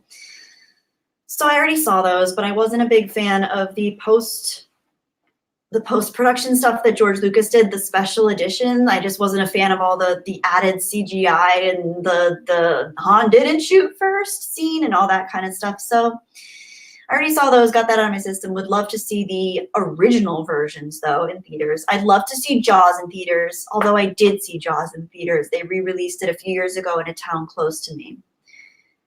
I've seen Jurassic Park a few times in theaters since I saw that a few years ago, and it still holds up, looks beautiful. I'd love to see the original Blade Runner in theaters because I just love the beautiful panoramic vistas in that and the feeling of it. It just feels like a dark movie theater aesthetic, the original Blade Runner. I'd love to see The Good, Bad, the Ugly in theaters. Oh my gosh, that might be it because it's just such a beautifully shot film. I'm going to go with Good, Bad, and the Ugly. Shout out to Dad again. My dad says, and see, I don't know if I've seen True Romance. Hopper and Walken were in True Romance were great. Oh, Dad, pro tip, if you put the little @ symbol before whoever's name you're talking to, their screen name, they will see it. It'll be highlighted for them. So put the @ symbol in front of, so if you're saying like Makita Gut, write @Makita Gut, and then write their name, and then say whatever you're going to say, because then it'll be highlighted for you. And that's for all of you guys in the comments who didn't know that. Thank you, CAS or Cass. I'm not sure how to pronounce your name. Thank you. I appreciate that.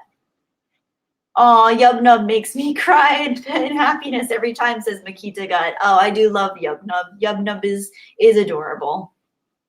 Yes, Jeremy's here. Yes, I'm alive. I'm still alive. I'm saying hello to everybody, and I'm trying to get back to comments and questions. It's really nice to connect to everybody because everybody here is awesome.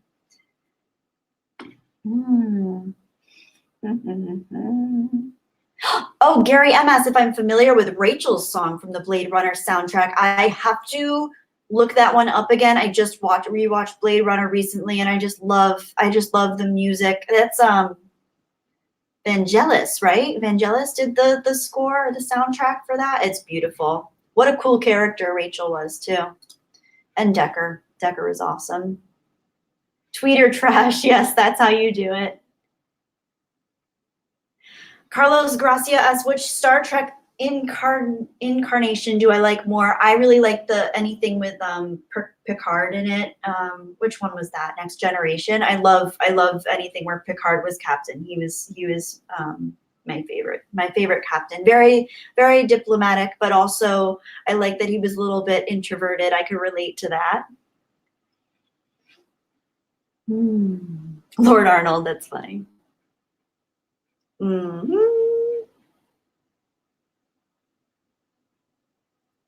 I have to see True Romance now. How have I never seen True Romance? I love Hopper, Dennis Hopper. And speaking of Dennis Hopper, if you guys haven't seen Blue Velvet by one of my favorites, David Lynch, you have to see Blue Velvet because Dennis Hopper is amazing in that movie. Talk about an awesome character and such a cool role. Danny Spanks! Danny Spanks is here, guys. For those of you who don't know who Danny Spanks is, Danny Spanks, not only is he an awesome person because he works with dogs and he helps do dog rescues and adoptions, he's just an awesome person. He's also an awesome fan of Star Wars. And Danny, I don't know if you saw the video up on your channel, but he did a really great breakdown. Not a breakdown so much as almost like a fan fiction, beautifully written, beautifully made video going through how The Last Jedi could have been. Or was it The Last Jedi? I haven't watched it in a while. I think it's, but how things could have played out and how it would have been beautifully done. And it's really, really well done. So guys, I have his highlighted comment and his thing up here. So go visit his channel and check out that video because it's really beautifully done. He has nice images with it. I think there's music with it. And he writes really well. And I would have loved if the creative team behind Disney had been a little more creative like Danny is. All right. In the OT, before the prequel trilogy and before DL started changing the dialogue of the original trilogy fans, do you think Vader knew he had a son? I believe there's plenty of evidence that shows he did know. That's an interesting question. Yeah, I do agree that there's a lot of evidence that he did know. The one thing that always stood out to me was in A New Hope when towards the end after I think it's during the trench run, or maybe it's during the trench run, and Vader comes in his specialized TIE fighter. I forget what his actual vehicle is called, excuse me. But he says the Force is strong with this one. And I'm like, did he know that Luke was his son or did he not know? Because he mentioned the name, he said Skywalker, and did he know or did he not know? So I don't know, that's interesting. I'm probably not the best person to ask because I'm not as well versed in a lot of the behind the scenes kind of stuff. But that's a very interesting question. And I guarantee you there's a lot of good evidence, like you say. Yes, Jeremy, Danny is good people. He's awesome. Darth Dank says you love Lost Highway. Lost Highway is another Lynch film. it is very unsettling. One of my favorite scenes in that movie is the phone call scene at the party. So for those of you who know Lost Highway, you know what I'm talking about. That's a great scene. I don't want to give any spoilers though.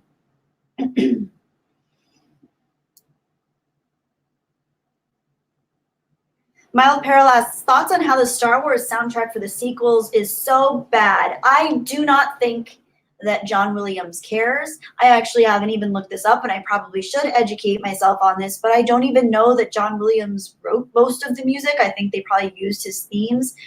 Did he score the music in the sequel trilogy? I know he did for The Force Awakens, and he did a really good job for that, I think, but The Last Jedi didn't even feel like John Williams. I mean, it did feel like John Williams because all of his thematic elements were there musically, but it just felt like he wasn't emotionally invested the same way. Danny Spanks, that's why George Lucas added, how is that possible to the Empire Strikes Back scene with Vader and Palpatine? Oh, that's so interesting. Interesting. That's a good, Great Troll, Hill chat. Hi, Great Troll. We're happy to have you here.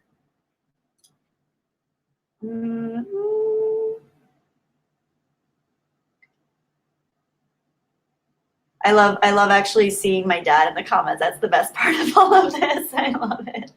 Talking movies. I learned to love movies from my dad. I have to give my dad that shout out because I can't imagine not loving movies the way that I do and feeling so connected to them. And my dad was the first person that got me into not only watching movies, but actively feeling movies and really absorbing them on a more analytical level. And I think that's why I am so obsessed with film in general. And it's not just escape for me, it's also a form of kind of flow and focus. And yeah, I know a lot of you guys can relate to that too. So it's cool that we all found each other here, isn't it? Guitar Jedi says Disney doesn't give Williams enough time. Yeah, I totally agree with you there. It's amazing to me. I think he's one of the true wizards of our time, creatively, musically, and it's just sad that this is probably some of the last work that he will be doing and some of the last music he will be scoring. It's very unfortunate that probably in the I hate to say it, but like the twilight years of his career, when he's winding down, this is probably when the types of films that he is scoring for are going down in quality. And it's just unfortunate because I would love to see him go out on a high note, and it's just too bad. I don't know. It makes me sad, but I don't want to dwell on that. Soul Assassin asks, favorite Williams song? That's so tough. I love all of John Williams' music. I love his Jurassic Park theme, particularly the one that's played at the final moments of the film when they're on the helicopter leaving the island and the pelicans are flying. I just think that's spectacularly gorgeous. And again, I mentioned this earlier, but the scene where Darth Vader and Luke are fighting, and then subsequently Darth Vader chooses to save Luke from the Emperor. That is some of the most beautiful music I have ever heard, but it's hard to choose. I also love Raiders of the Lost Ark. Oh my gosh, beautiful, awesome, great music there too. It's tough. And he uses a lot of very similar motifs in his music too. So you'll notice that like Marion and Indy's theme is very similar to Han and Leia's theme. And I just think it's so cool how he does that and how he really highlights features of love and longing, or even like Luke's theme is that sense of longing, and then adventure is these quick, rapid fire kind of toots of different types of horns, and the brass section. I don't know. It's just very cool how he uses different, although someone told me that Williams doesn't orchestrate his own music, but I don't know. They're all good though. Oh, Dad, that's sweet. I don't think I've gone well past you. Maybe more people know who I am in terms of talking about movies because of YouTube, but I don't think I've gone past you. I haven't surpassed the Jedi yet. I'm still a Padawan. I'm still learning. Jeffrey Turner, aka Mega Jetty 1. I'm glad you're still here. You can lurk. Lurk as long as you want to. I'm just glad to have you here. I appreciate that.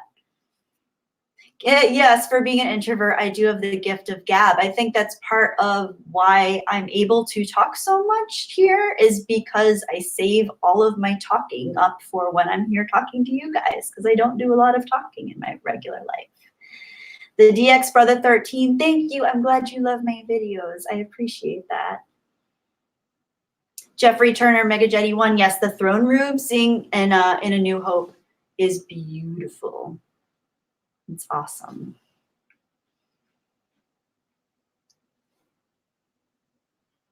It is hard just to name one Williams song. Gray Forest asks, favorite Disney original animated movie? I love Bambi.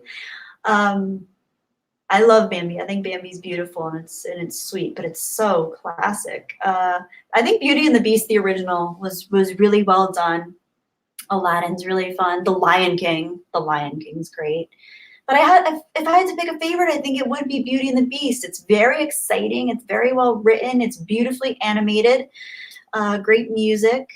And I just love how they capture that time and that aesthetic, and it's pretty beautifully done, and pretty solid character arc with the Beast learning what it means to love and to let himself free. That he was keeping himself captive within that castle. That's a pretty cool message.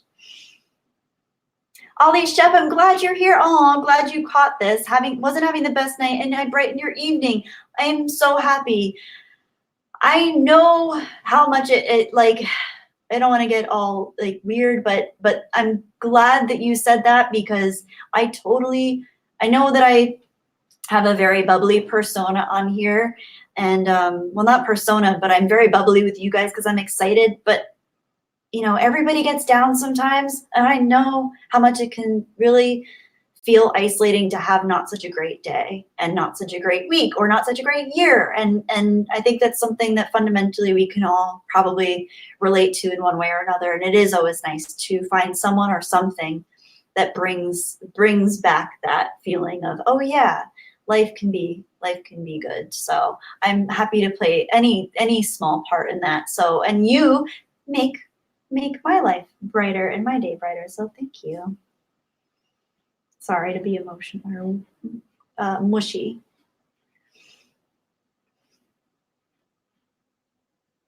Mm-hmm.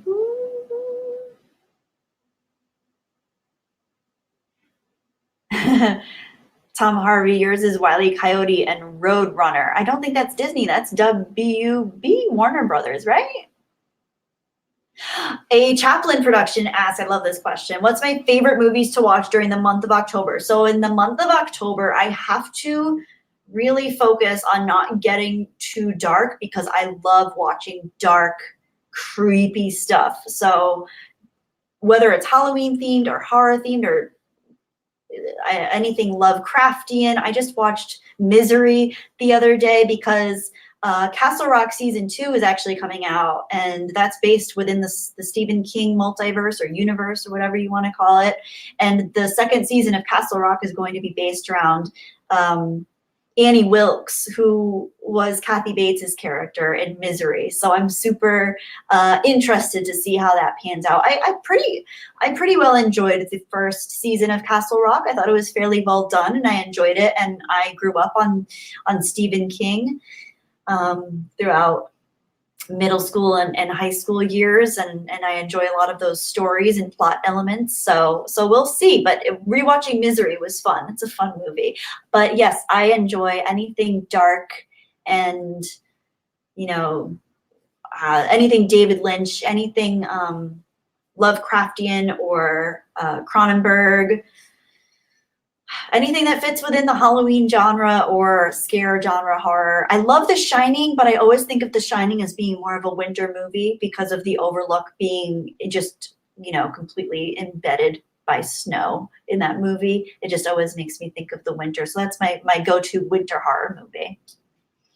Maximus Payne asks, is it just you or am I slightly tanned? I am slightly tanned because I've been out. My light is really bright also, which I don't think is helping.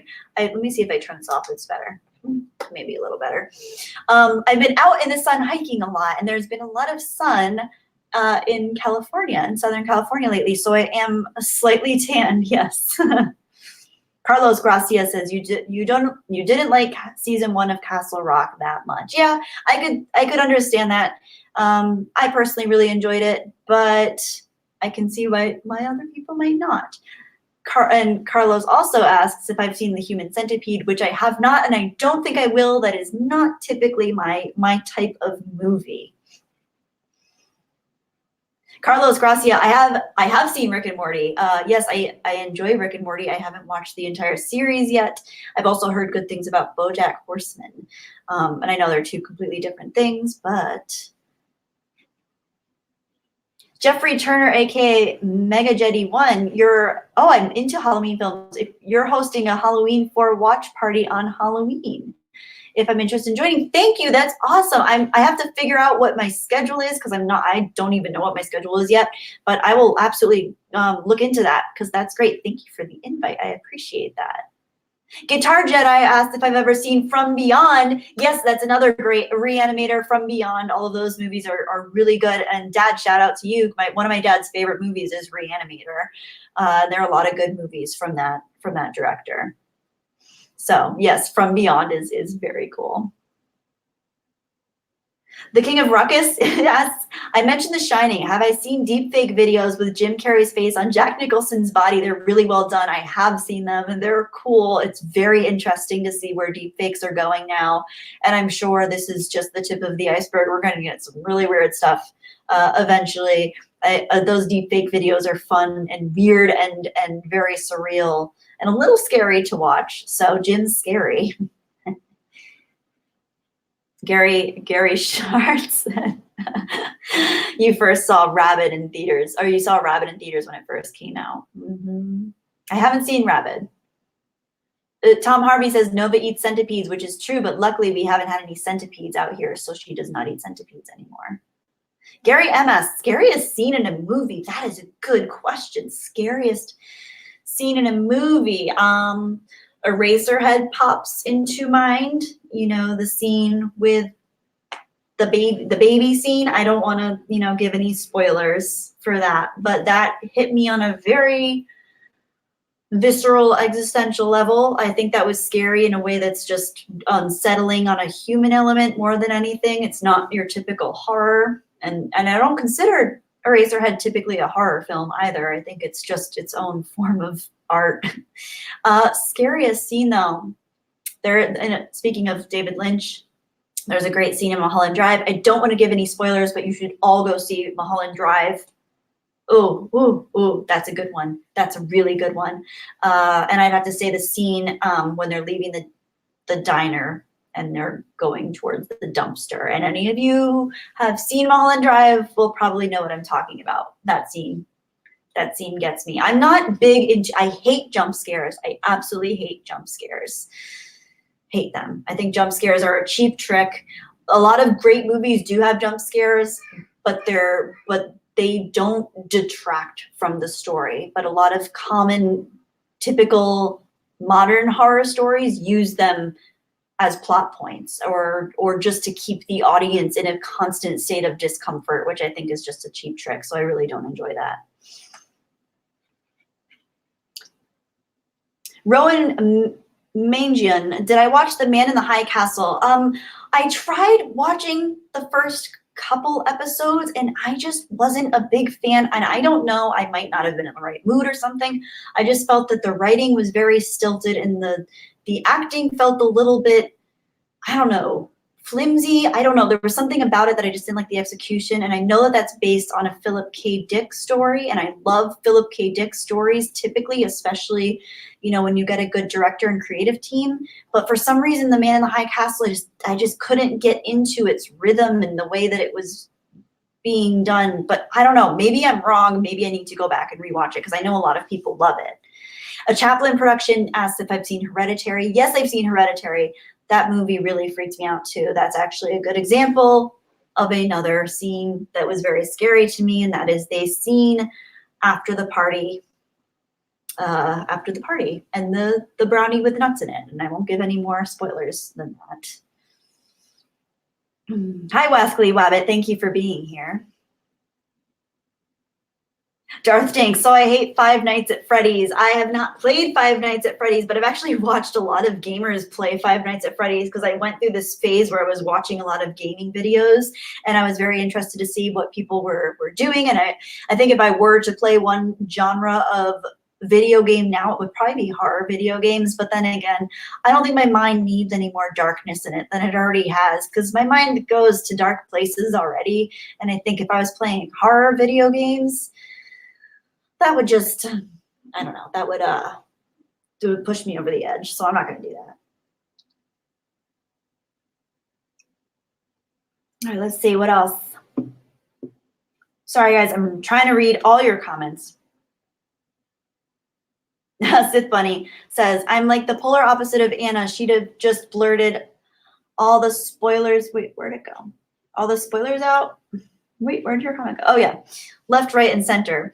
Yeah, I just because I think it's developed from empathy of knowing how much it sucks to have spoilers revealed when you really want to see something, and people have been telling you good things, and then before you know it, they're like, and then this happens, and then this happens, or there's a really good twist at the end, and then you're like, well, now I know there's a twist at the end. I'm going to be expecting the twist the whole time. I don't even like to give scenes away necessarily, like I just did, so I'm a hypocrite. But like when someone says, oh, and the scene at the end, when this is happening, you're like, great, now I'm going to be anticipating that the entire time, and my entire experience of the film has been tainted by it. So yeah, I know how much spoilers suck, and I try to stay away from them. But yeah, but I think Anna's just spontaneous, and she just likes, I think she just gets so invested emotionally in it that she just talks about it. You know, it's not malicious by any stretch. I think she just enjoys talking about it and going through those things. And I think it's cute and funny, but I try not to do it just because I know, for me, I hate finding things out before I know what's going to happen. That's true. As Gray Force says, in Anna's defense, most of the movies, the spoilers have been out for years and years. That's very true. So yeah, that's a really good point. It's not like she's giving out spoilers for, you know, the Joker or anything.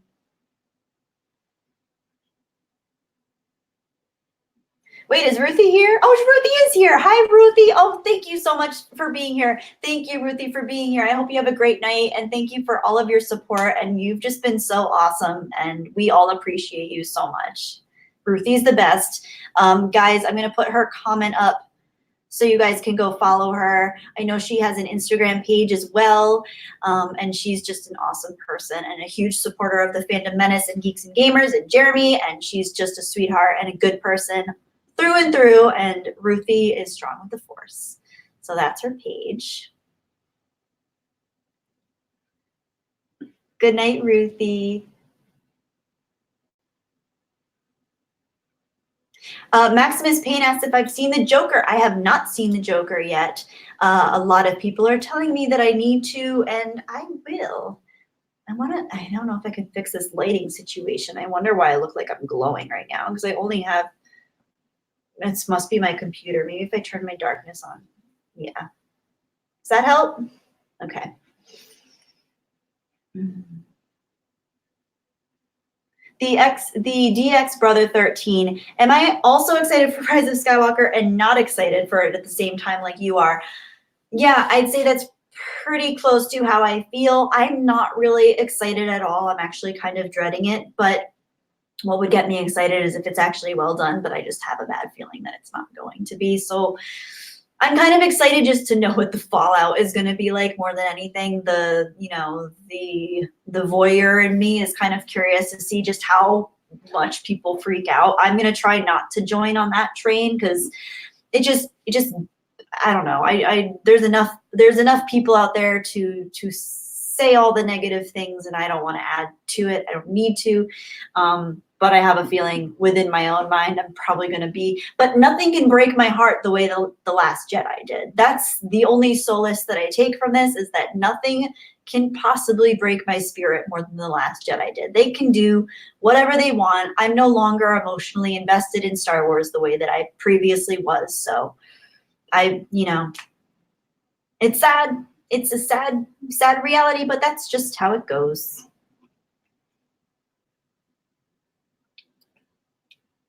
Draco Argentis, good night. Thank you so much for being here. I appreciate seeing you here again. Thanks for coming back to another live stream. Hello, open-minded movie man.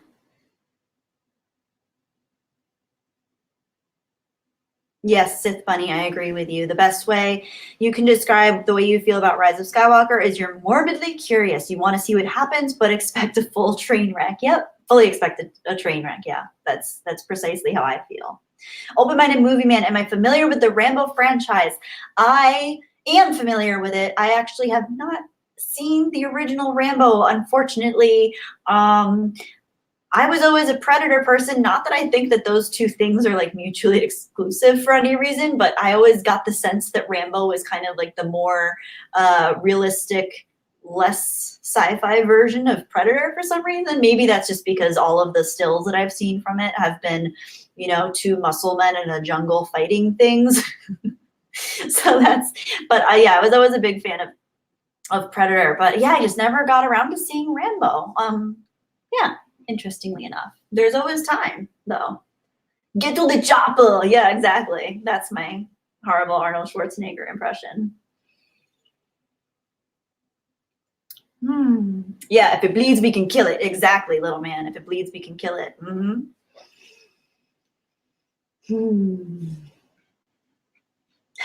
Vincent Keith says he's retconned the Rise of Skywalker out of existence. Oh, Johnson says Rambo is running away from everyone in the forest. Yeah, I guess that's why aesthetically they have a similar feel.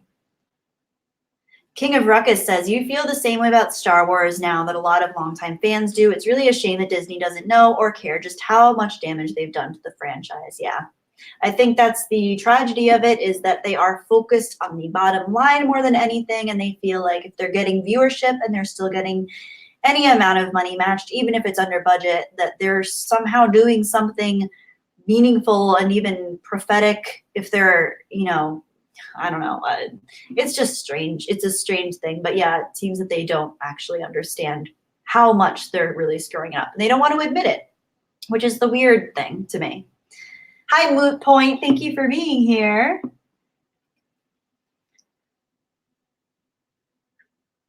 Yes, Jeffrey Turner, aka Mega JD1 Predator, is awesome. It is sad that it fell on bad times, but I think so many of those original franchises that they've tried to resurrect and inject into the current social climate, or vice versa, a lot of them are not doing well because it's just that. It's kind of a hollow attempt at recreating something that I think still could have a great following and a great, you know, return financially, but they're speeding, they're going really fast in these productions, and they're not looking at creating something solid that can stand on its own, that can have an enduring legacy the way that the originals did. The original Predator, the original Terminator 1 and 2, the original Jurassic Park, the original Star Wars, the original Indiana Jones. Like, all of these things existed with merit on their own and developed huge fan followings and were sturdy and strong.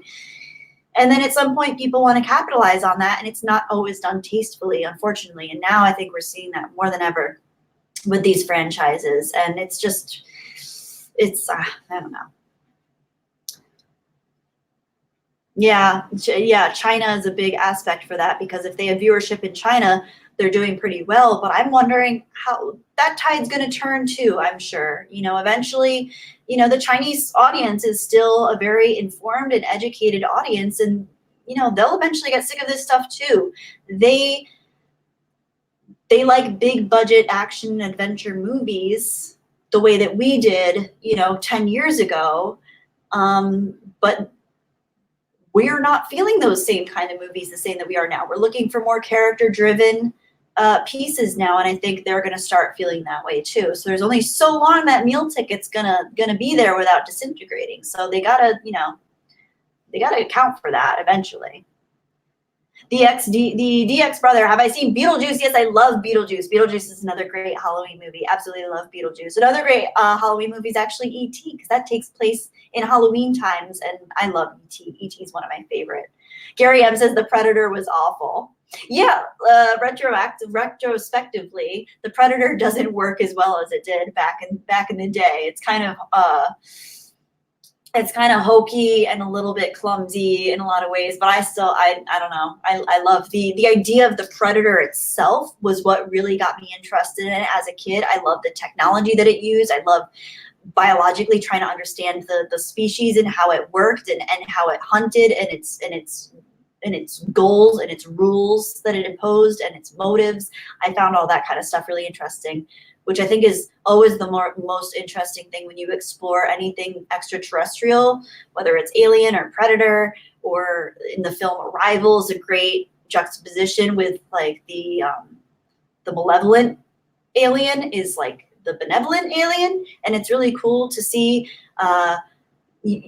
the species actually explored in terms of what it can do biologically, what it can do physiologically and psychologically and mentally, and how it interacts with humans. So it's a very narcissistic thing, I think, for humans to want to understand that and explore it through film, because of course we all want to know how we would actually react as a species if extraterrestrials came here and interacted with us either in a negative sense or a positive sense. So it's cool stuff to explore. And I think The Predator did a fun job for the time at exploring a species that hunted humans for sport. It's kind of interesting.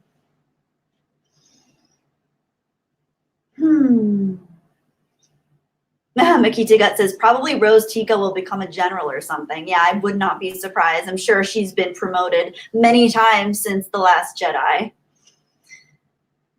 Oh, guys, okay, I'm getting so hungry. I need to go eat soon. It is 6:39 here, and I'm so hungry. I haven't had dinner yet, or lunch for that matter, so I need to eat soon. But let's wrap this up. I'm going to read a few more comments. Gary Busey. Gary Busey is the man. He's an interesting human being. I will watch anything Gary Busey does, good or bad. He is an interesting human to watch.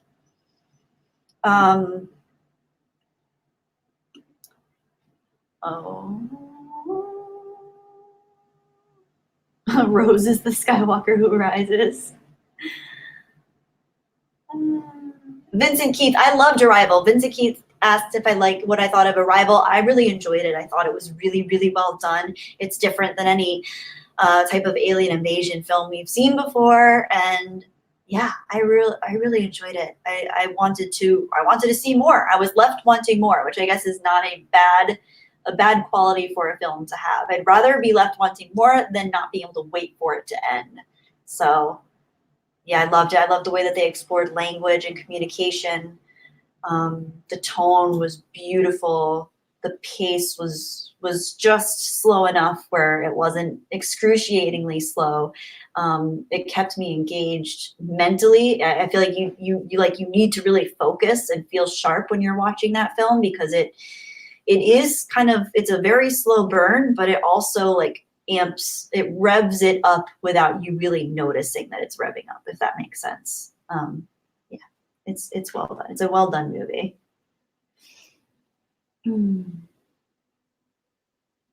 A Chaplin production says, when I saw Luke throw the lightsaber for the first time, I thought he was testing Rey's patience by ignoring her, like how Yoda tested Luke's patience, but I was wrong. You are so right about that. I found myself thinking that at first, trying to almost convince myself that this movie was going to have good motivations and good intentions for Luke's character, and continually I was just disappointed when I realized, oh no, they're literally just undoing everything that his character arc went through in the original trilogy. So that was fun. Hi, Skip Bell. Thank you for being here. We're actually just wrapping up soon so I can go eat because I'm super, super hungry.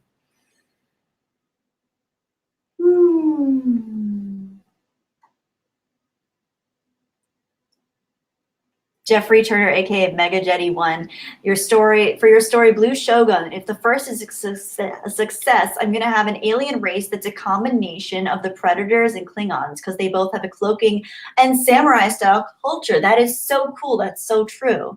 Oh, I really like that.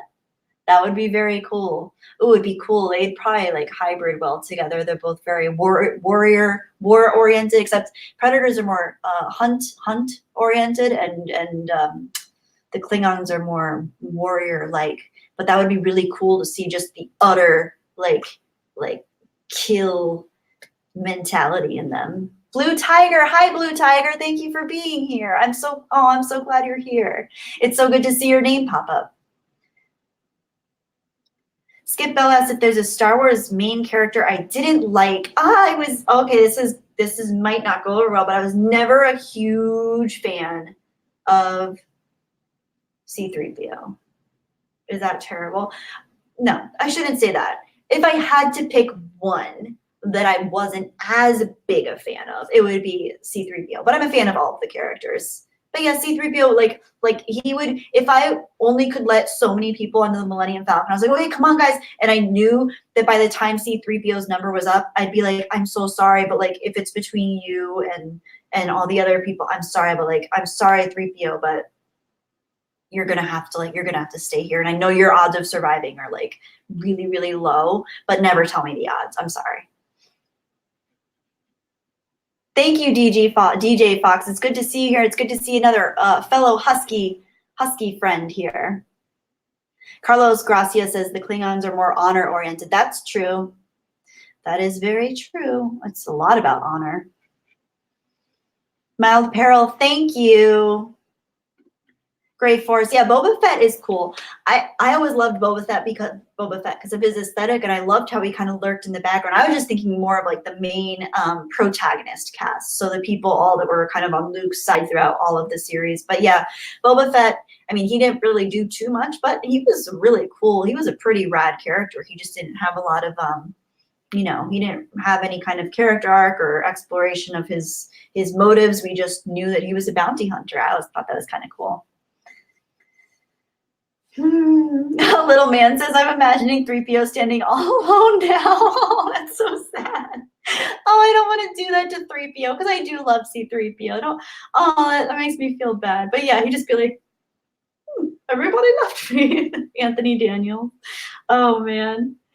Oh, GMG85 says, droids have no rights anyway. Oh, unfortunately. But that's what that equality bot was for, and the Solo story, right? Open-minded movie man. I said I wasn't someone asked who my least favorite Star Wars character was, and I said C-3PO, but I don't mean that like negatively towards 3PO. I just meant, if I had to choose only the number of original trilogy Star Wars characters on Luke's side, and there was only enough to cut one out, it would be C-3PO. But I still love C-3PO. Okay, guys. No, I don't want to sacrifice drunk 3PO, Jeremy Swiggs. No. Darth Dank asked if I have hope for The Mandalorian. I do, to an extent. I think aesthetically it looks good. And I think the tone looks good. But I don't know. I'm not sure what they're going to do with it creatively. And I'm not sure how they're going to actually convey story or characters. So until I see that, I don't know, but I have higher hopes for that than I do for anything else really in the Star Wars realm right now. So we're just gonna have to wait and see.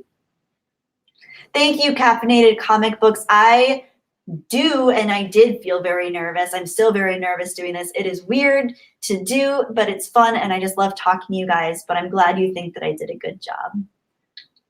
Beats means highs. R2-D2 would be whistling gleefully as the Falcon takes off. Oh no, I feel like R2 would definitely be sad because like as much as he and 3PO banter and bicker with each other, I know that R2 loves 3PO and they're adorable. And that R2 is one of my favorite characters, so it would break my heart to have to separate them. Lord Arnold says you're hyped over the look of The Mandalorian. Me too. The look, I have to say, the look is beautiful. And I would love to see a gritty, dark Star Wars. Anything in the Star Wars universe, gritty and dark would be great. That's why I loved the extended universe growing up and video games, is because they explored more of the dark elements of things and grittier the life that people were living on these planets that weren't being visited and having adventures on. I just find that very cool, and I hope that that's, you know, what they try to do with the Mandalorian series. Little Man says, I'd leave Rian Johnson behind. Me too. Me too. Although, okay, and I said this, I forget where I said this. I know I said it recently. Rian Johnson actually directed this might be weird for you guys to hear, so buckle up. But Rian Johnson directed one of my favorite music videos by LCD Sound System called Oh Baby.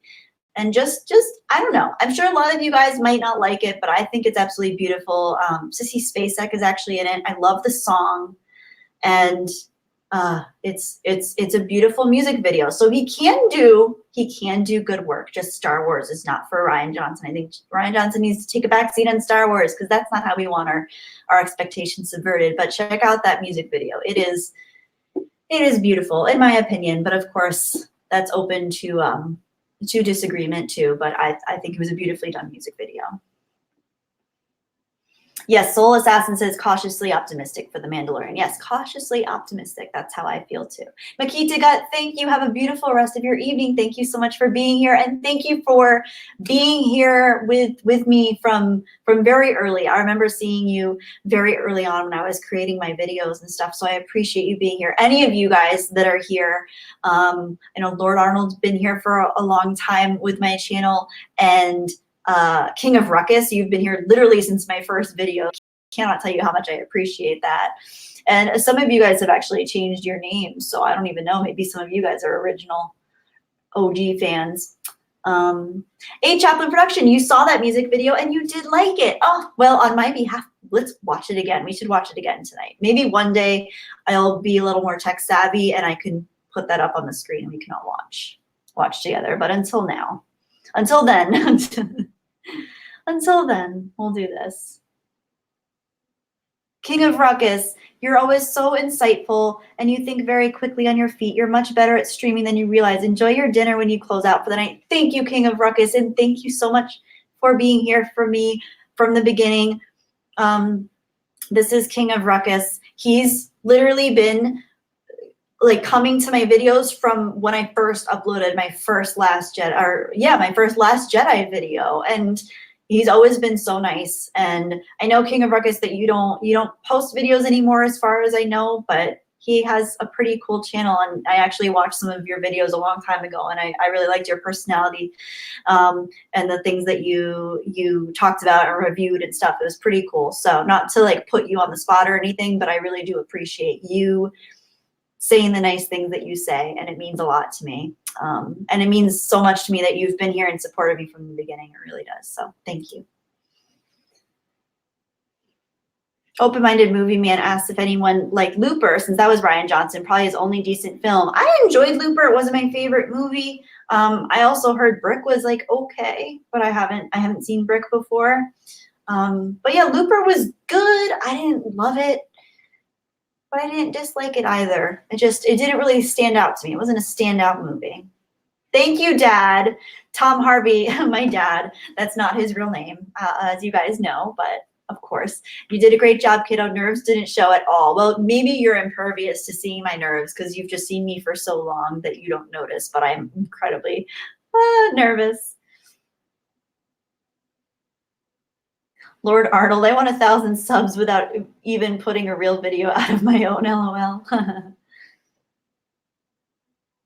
Okay, guys, I think that's about all I have in me until I'm so hungry. I'm getting stomach rumbling. So I need to go eat, and you guys should go all eat or go to sleep or start your days or whatever you're all doing on your side of the world and you're part of the universe. So thank you all so much for being here, and let's do this another time soon. And to all of those of you who have commented on my videos, if I haven't gotten back to you yet, I'm sorry, and I plan to, and I get overwhelmed sometimes with getting back to comments, but I want to make sure I get back to everybody's comments. So thank you. Bear Nerd Fun. Good night. Good night, Bear Nerd Fun. Thank you. Adios, guys. Thank you so much for being here, and may the force be with all of you. And I'm going to do that thing where I end the broadcast, and apparently I'm going to be here for a few seconds, so I'm just going to do like a funny face while I say goodbye. Okay, good night, everybody. May the force be with you.